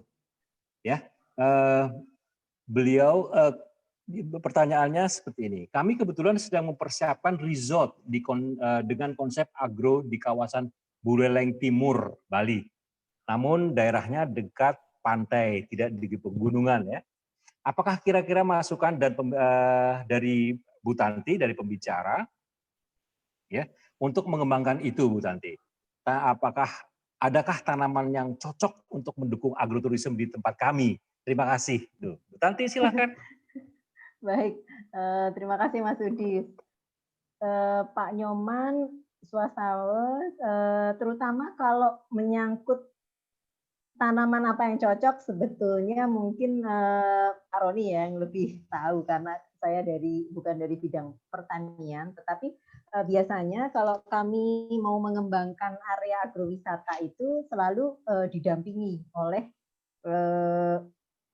pakar pertanian gitu ya. Jadi tahu tanahnya itu dilihat dulu apakah memang itu subur atau tidak, apakah perlu diolah dulu tanahnya untuk bisa ditanami tanaman yang cocok gitu. Biasanya kami melihat dulu ini tanahnya, kualitas tanahnya didampingi oleh teman-teman dari pertanian.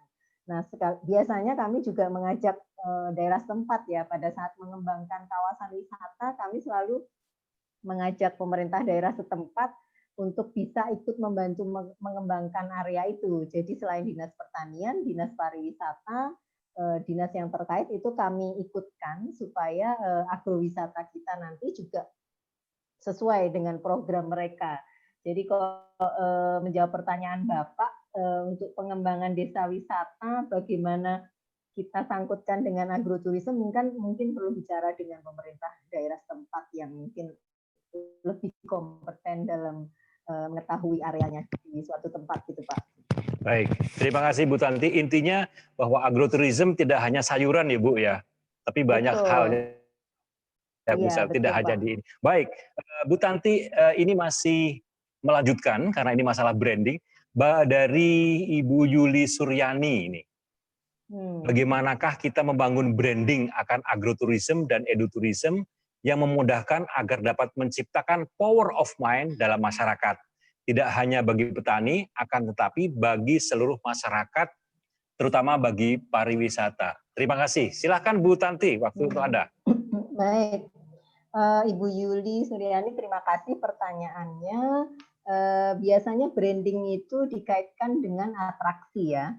Jadi atraksi apa yang memang ditonjolkan oleh suatu daerah, itu yang kita branding supaya terus-menerus menjadi ikon pada saat kita melakukan promosi.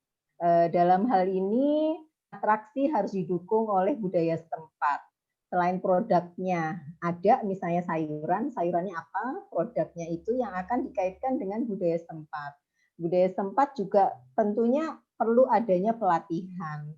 Setelah ada pelatihan, perlu adanya exposure yang mengkaitkan transportasinya. Jadi harus selalu, kalau di pariwisata kami melihatnya itu sebagai tadi disampaikan Pak Tasbir ya, integrated tourism itu harus menyeluruh gitu ya, mulai dari sejak penanaman, pembibitan, penanaman, pemeliharaan, pasca panen, sampai dengan nanti didatangi oleh masyarakat, tamu dari luar. Jadi branding itu harus kita putuskan, kita mau sampai di level mana nge-brandingnya. Oh, produknya yang mau diekspos, ya udah branding produknya dulu.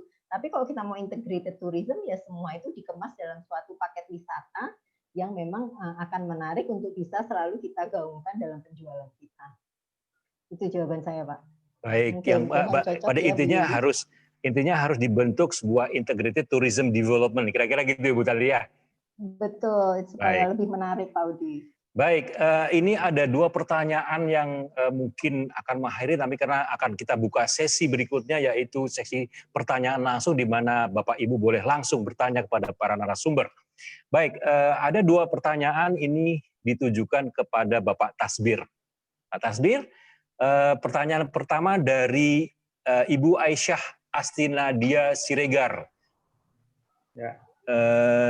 Beliau dari, saya Aisyah dari Riau. Saya ingin bertanya pada Bapak Tasbir, yang ingin saya tanyakan adalah bagaimana caranya agar menyadarkan masyarakat akan pentingnya agroturism. Karena di daerah saya masih banyak masyarakat yang cuek nih gitu akan hal tersebut. Seperti yang Bapak sampaikan tadi bahwa SDM adalah kunci dari pengembangan turisme. Apakah yang harus dilakukan? Itu yang pertama Pak Tasbir ya. Kemudian yang selanjutnya, ini dari Adisti Kusnadi, ini Mas atau Mbak ya? Oke, dia mahasiswa dari Prodi Bisnis Perjalanan Wisata Universitas Gadjah Mada. Bagaimana cara mempertahankan desa wisata atau destinasi yang berhubungan dengan agroturism, yang mayoritas ketahanan destinasi tidak lama dan malah menjadi mangkrak, tidak berlanjutan di tengah wisatawan yang biasanya bersifat musiman. Silakan Pak Tasbir, dua pertanyaan dari Aisyah Astinada dan Adisti Kusnadi. Dipersilakan Pak Tasbir.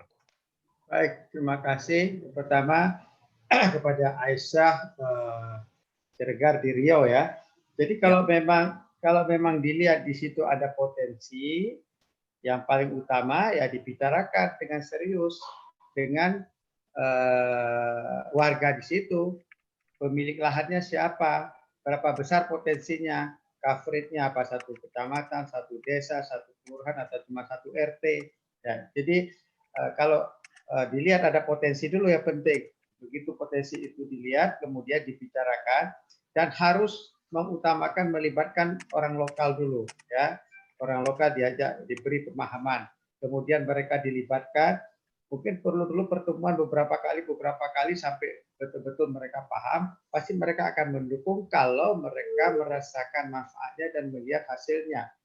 Biasanya orang tidak mendukung karena dia melihat, kok nggak ada apa-apanya, kok cuma begini, Jadi saya kira siapapun yang berinisiatif itu tidak boleh itu bersifat personal, tapi harus komunal ya, melibatkan pemerintahnya, Pak Dukungnya, Pak Camatnya, dan lain sebagainya. Secara umum itu ya, Bu Aisyah, kalau memang nanti lebih detail kita bisa jelaskan lagi karena tidak mungkin sih tempatnya. Jadi intinya adalah semua keberhasilan itu terjadi kalau integrated, tadi kalimatnya yang betul integrated, pemerintah lokalnya, kemudian masyarakatnya. Untuk bisa integrated, mereka paham dulu apa dan bagaimana, siapa yang akan membiayai, kita akan buat apa, seperti apa hasilnya, dan bagaimana membuat ekonomi itu bertumbuh di lokal itu ya. Kira-kira itu secara umum. Kemudian dari Adisti, nah hampir sama juga. Ini kan kalau kita bicara tentang agroturism atau desa wisata apapun, kan itu bicara tentang kemampuan manajerial. Ada manajemennya, nggak bisa ditinggal begitu saja. Ada beberapa kasus desa wisata atau agrowisata. Malah saya pernah ke Malang, diundang satu agrowisata di Malang.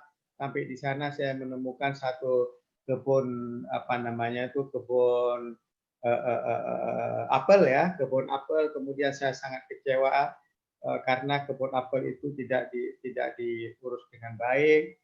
Orang datang membayar, setelah membayar kemudian dia memetik apel yang masih kecil, dipetik, dibuang, dipetik. Jadi terbuang, nggak ada edukasinya.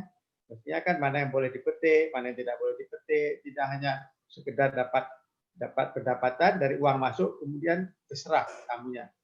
Jadi kesimpulannya lagi adalah memang ada desa wisata. Tadi saya sampaikan lagi, Jogja ini pertama pembukaan desa wisata dan termasuk konsepnya ada agrowisata juga, potensi agro di dalamnya, dan juga tidak semua berjalan sukses. Ada yang setengah sukses, ada yang tidak sukses, ada yang sampai mendapat penghargaan di tingkat internasional. Nah, semua itu kuncinya adalah kepada pengelolaan kepada manajemen. Kira-kira gitu ya, Disti. Kalau nanti bisa lebih detail kita bisa ketemu lagi. Terima kasih. Baik, terima sekali sangat komprehensif yang disampaikan oleh Pak Tasbir dan para narasumber. Baik, kesempatan kali ini kita akan berikan kesempatan kepada Bapak Ibu semua untuk bertanya secara langsung kepada para narasumber yang handal ini untuk sesuai dengan para. Nah, pertanyaan silahkan dari mana, dengan siapa, dan ditujukan kepada narasumber yang mana. Silahkan untuk yang pertama sudah ada hadir Bapak Edwin Hendra Kusuma. Dipersilakan tolong untuk admin bisa dibantu. Bapak Edwin dipersilakan bertanyaan kepada siapa? Oke, pertanyaan saya sebenarnya ditujukan kepada beberapa narasumber sekaligus. Yang pertama, singkat ya Pak Edwin. Ini nyangkut ke Pak Roni ya. Yang pertama Pak Roni, dan ini akan nyangkutnya ke Pak Kurniawan nanti. Tadi yang disampaikan Pak Roni adalah keterbatasan lahan dan modal individual. Itu kan memang selalu jadi masalah ya. Apalagi kalau kita mau membentuk destinasi agrowisata. Tapi apakah ini nggak bisa diatasi dengan membentuk suatu komunitas petani lokal yang lahannya mengelompok, bisa bekerja sama, misalnya membentuk suatu destinasi wisata. Apalagi kalau misalnya sekaligus lah dibentuk Pordawirsnya, ini nanti kan saya kira bisa lah itu nanti Dispar DIY terutama bidangnya Pak Kurniawan itu destinasi itu kan mungkin bisa ikut membantu juga. Itu satu pertanyaan saya. Terus kemudian untuk Bu Tanti, untuk sayuranda.com yang tadi sudah disampaikan ini, apa mempunyai channel YouTube yang sudah fokus ke hal-hal yang berhubungan dengan agroturism? Kalau misalnya ada, mungkin apakah bisa di-share di sini? Karena saya lihat tadi cuma ada Instagram sama FB ya. Saya pikir satu channel tentang agroturism yang mengelola itu orang yang memang paham tentang agrobisnis itu pasti akan lebih enlightening lah daripada asal-asal channel tentang agroturism. Ya kan, dan tentunya juga bisa ikut membantu promosi dan menyingkat jalur distribusi juga yang ditujukan oleh Bu Tanti. Sama sedikit lagi tadi ada tertarik dikit sih tadi yang disampaikan Bu Tanti soal produk itu jangan cuma mikir soal kuliner dan lain-lain. Saya cuma ingin menunjukkan sedikit ini barang seperti ini.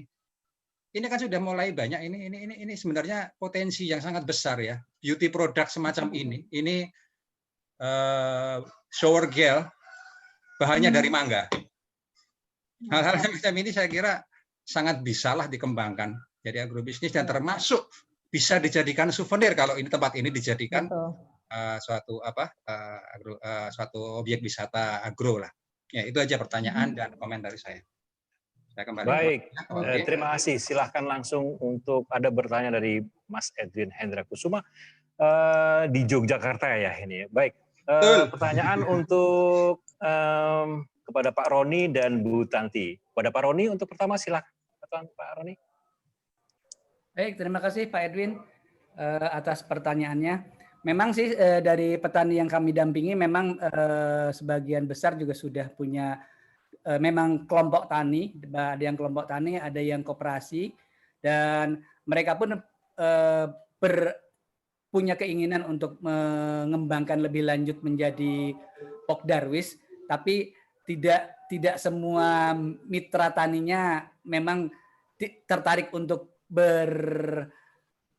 bergerak ke bidang wisata. Ada yang memang aku udah cukup jadi petani saja seperti itu. Jadi dalam hal ini memang butuh dampingan dari teman-teman yang dari pariwisata, artinya bisa mengarahkan apa yang bisa diangkat, apa yang harus dilakukan sehingga mereka lebih percaya diri untuk berkembang. Satu sisi mereka sekarang dalam kelompok tani itu lebih ke produksi, artinya mereka berkelompok untuk memasarkan ke keluar daerah dengan harga yang tentu akan lebih baik. Saat ini saya dampingi mereka lebih untuk mereka bertanam secara sehat, mendapatkan produk yang bagus, dan saya bermitra dengan Sayuranda untuk bisa memasarkan produk-produk itu ke HoReCa yang ada di Jogja khususnya. Mungkin seperti itu Pak Edwin. Baik, selanjutnya kepada Bu Tanti. Singkat Bu Tanti, pertanyaan untuk apakah sudah ada channel YouTube, kemudian apakah Sayuranda ini sudah bergerak ke contoh diversifikasi produk ya, ini beauty produk hanya contoh itu aja. Bu Tanti dipersilakan. Baik, Pak Udi, terima kasih tadi Pak Edwin atas ini juga ya, perhatiannya kepada sayur Anda. Memang kami kan pada saat memulai usaha ini ternyata banyak sekali teman-teman yang ingin mengajukan kemitraan karena memang kami fokusnya di pendampingan. Pada saat kita sudah mulai pendampingan, otomatis target kita memang memberikan pembelajaran.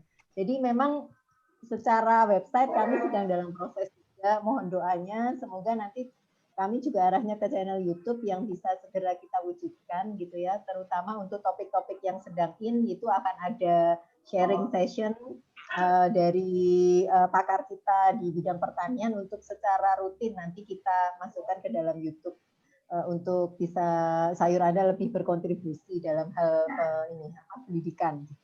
Yang kemudian yang keduanya memang kami pada saat mengembangkan daerah itu juga sekali lagi seperti yang Pak Tasbir sampaikan, harus ada potensi dari masing-masing daerah itu akan kita gali, akan memunculkan apa produknya ya. Kalau tadi ada shower gel, ada juga sabun batangan, itu campuran dari minyak atsiri, itu munculnya dari masing-masing potensi daerah itu yang akhirnya bisa menjadi souvenir daerah tersebut ya. Itu harus kita gali potensinya, Pak.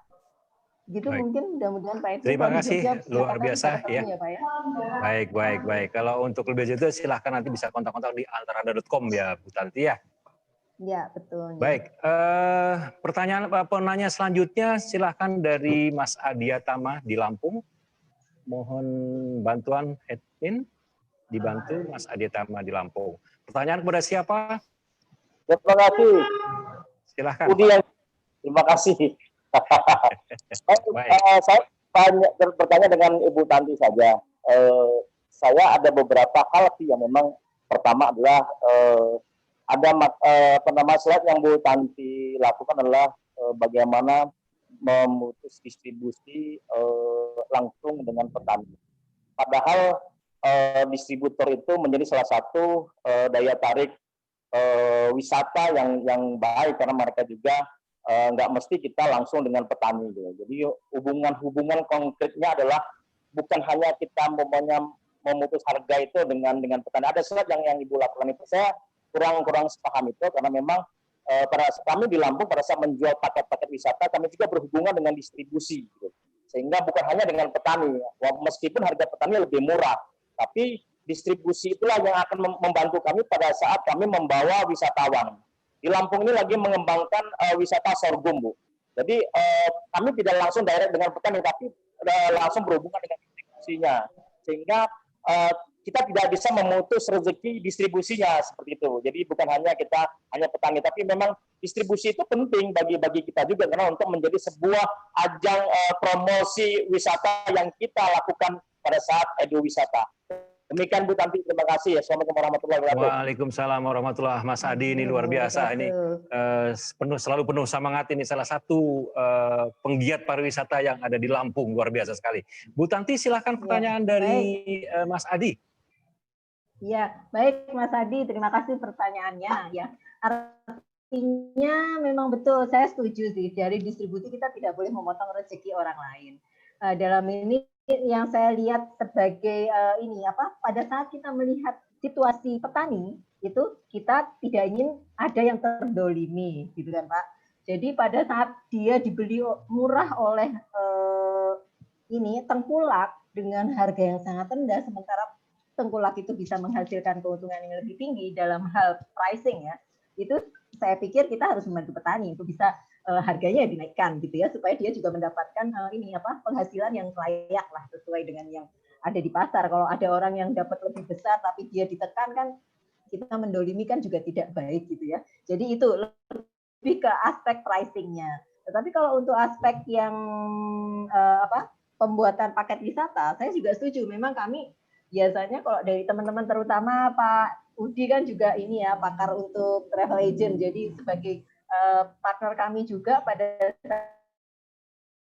saat kita menyusun itu memang kita harus telusuri juga awalnya dari Jogja travel agent yang local agent-nya siapa, kemudian siapa penjual souvenir yang akan kita pakai, siapa destinasi yang memiliki ini dikelola oleh siapa, apakah petani itu melalui kelompok tani atau langsung kepada petani. Itu memang betul, saya setuju. Kalau pembuatan destinasi itu memang harus jalur distribusi itu kita ikutin. Jadi ada perbedaan sih Pak, mungkin dalam hal mencari uang untuk supaya sama-sama tidak ada yang mendolimi, dan satu yang lagi mengenai paket wisata, saya setuju dengan Bapak untuk tetap menjalankan jalur distribusi.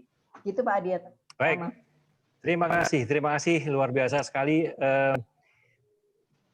sesi seminar webinar pada sore hari ini. Tapi perlu saya ingatkan presensi atau absensi ya, silahkan jangan lupa diisi untuk mendapatkan link materi dan tentunya sertifikat bagi Anda. Baik, tidak perlu saya simpulkan apa yang tadi telah banyak dibicarakan, tetapi saya perlu satu closing statement dari para narasumber ini. Yang pertama, silahkan untuk Pak Kurniawan mungkin bisa memberikan dua patah kata untuk menutup perjumpaan kita kali ini. Terima kasih Pak. Pak Kurniawan. Ya, terima kasih Pak Udi. Satu closing statement dari kami, yaitu yang pertama, saya ingin ingatkan, kita ini masih di saat pandemi, sehingga pada saat bencana seperti sekarang ini yang sangat kita butuhkan adalah kepekaan kita berkolaborasi. Ya, kenapa kepekaan kita berkolaborasi itu adalah syarat mutlak? Karena itu akan jadi basic kemitraan, Pak. Basic kemitraan itu untuk apa? Kita butuh strategi kolektif, ya. Kalau boleh saya sebut istilahnya strategi kolektif, sehingga pariwisata ini tetap bisa hidup, ya, termasuk agroturism, ekoturism, ya, sehingga jadi satu kesatuan strategi kolektif yang kemudian bisa jadi jalan keluar di saat pandemi. Saya kira itu. Terima kasih Pak Udi. Baik, terima kasih. Terima kasih atas closing statement-nya Pak Tasbir. Ada yang perlu disampaikan? 1-2 kata? Baik, saya kira dari pembicaraan ini mari kita sadari bersama bahwa Indonesia ini betul-betul negara besar, negara kaya, negara agraris, lahan kita luas, sektor pertanian ini menjadi andalan. Nah, mari kita lebih fokus, lebih spesifik, urus masing-masing daerah dengan potensi yang ada untuk memajukan agro dan ekoturism, eduturism kita. Selamat, terima kasih. Terima kasih. Pak Roni mungkin menyambung 1-2 kata. Baik, terima kasih Pak Udi. Ya.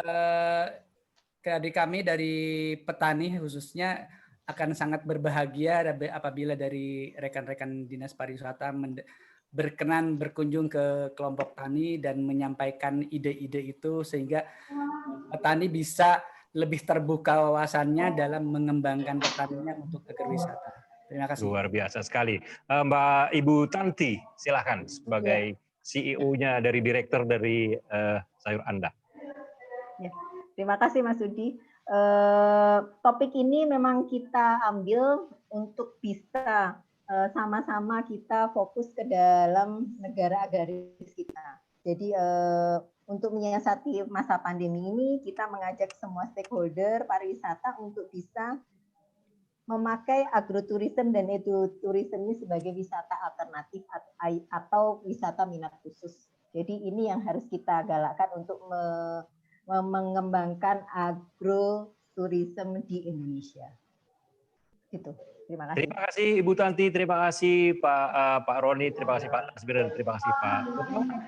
Bapak Ibu yang saya hormati, perlu saya sampaikan kembali bagi Bapak Ibu yang belum mengisi presensi, absensi, silahkan jangan lupa untuk mengisi presensi yang sudah sampaikan di chat room, silahkan diisi untuk mengakses sertifikat dan tentunya untuk mengakses materi.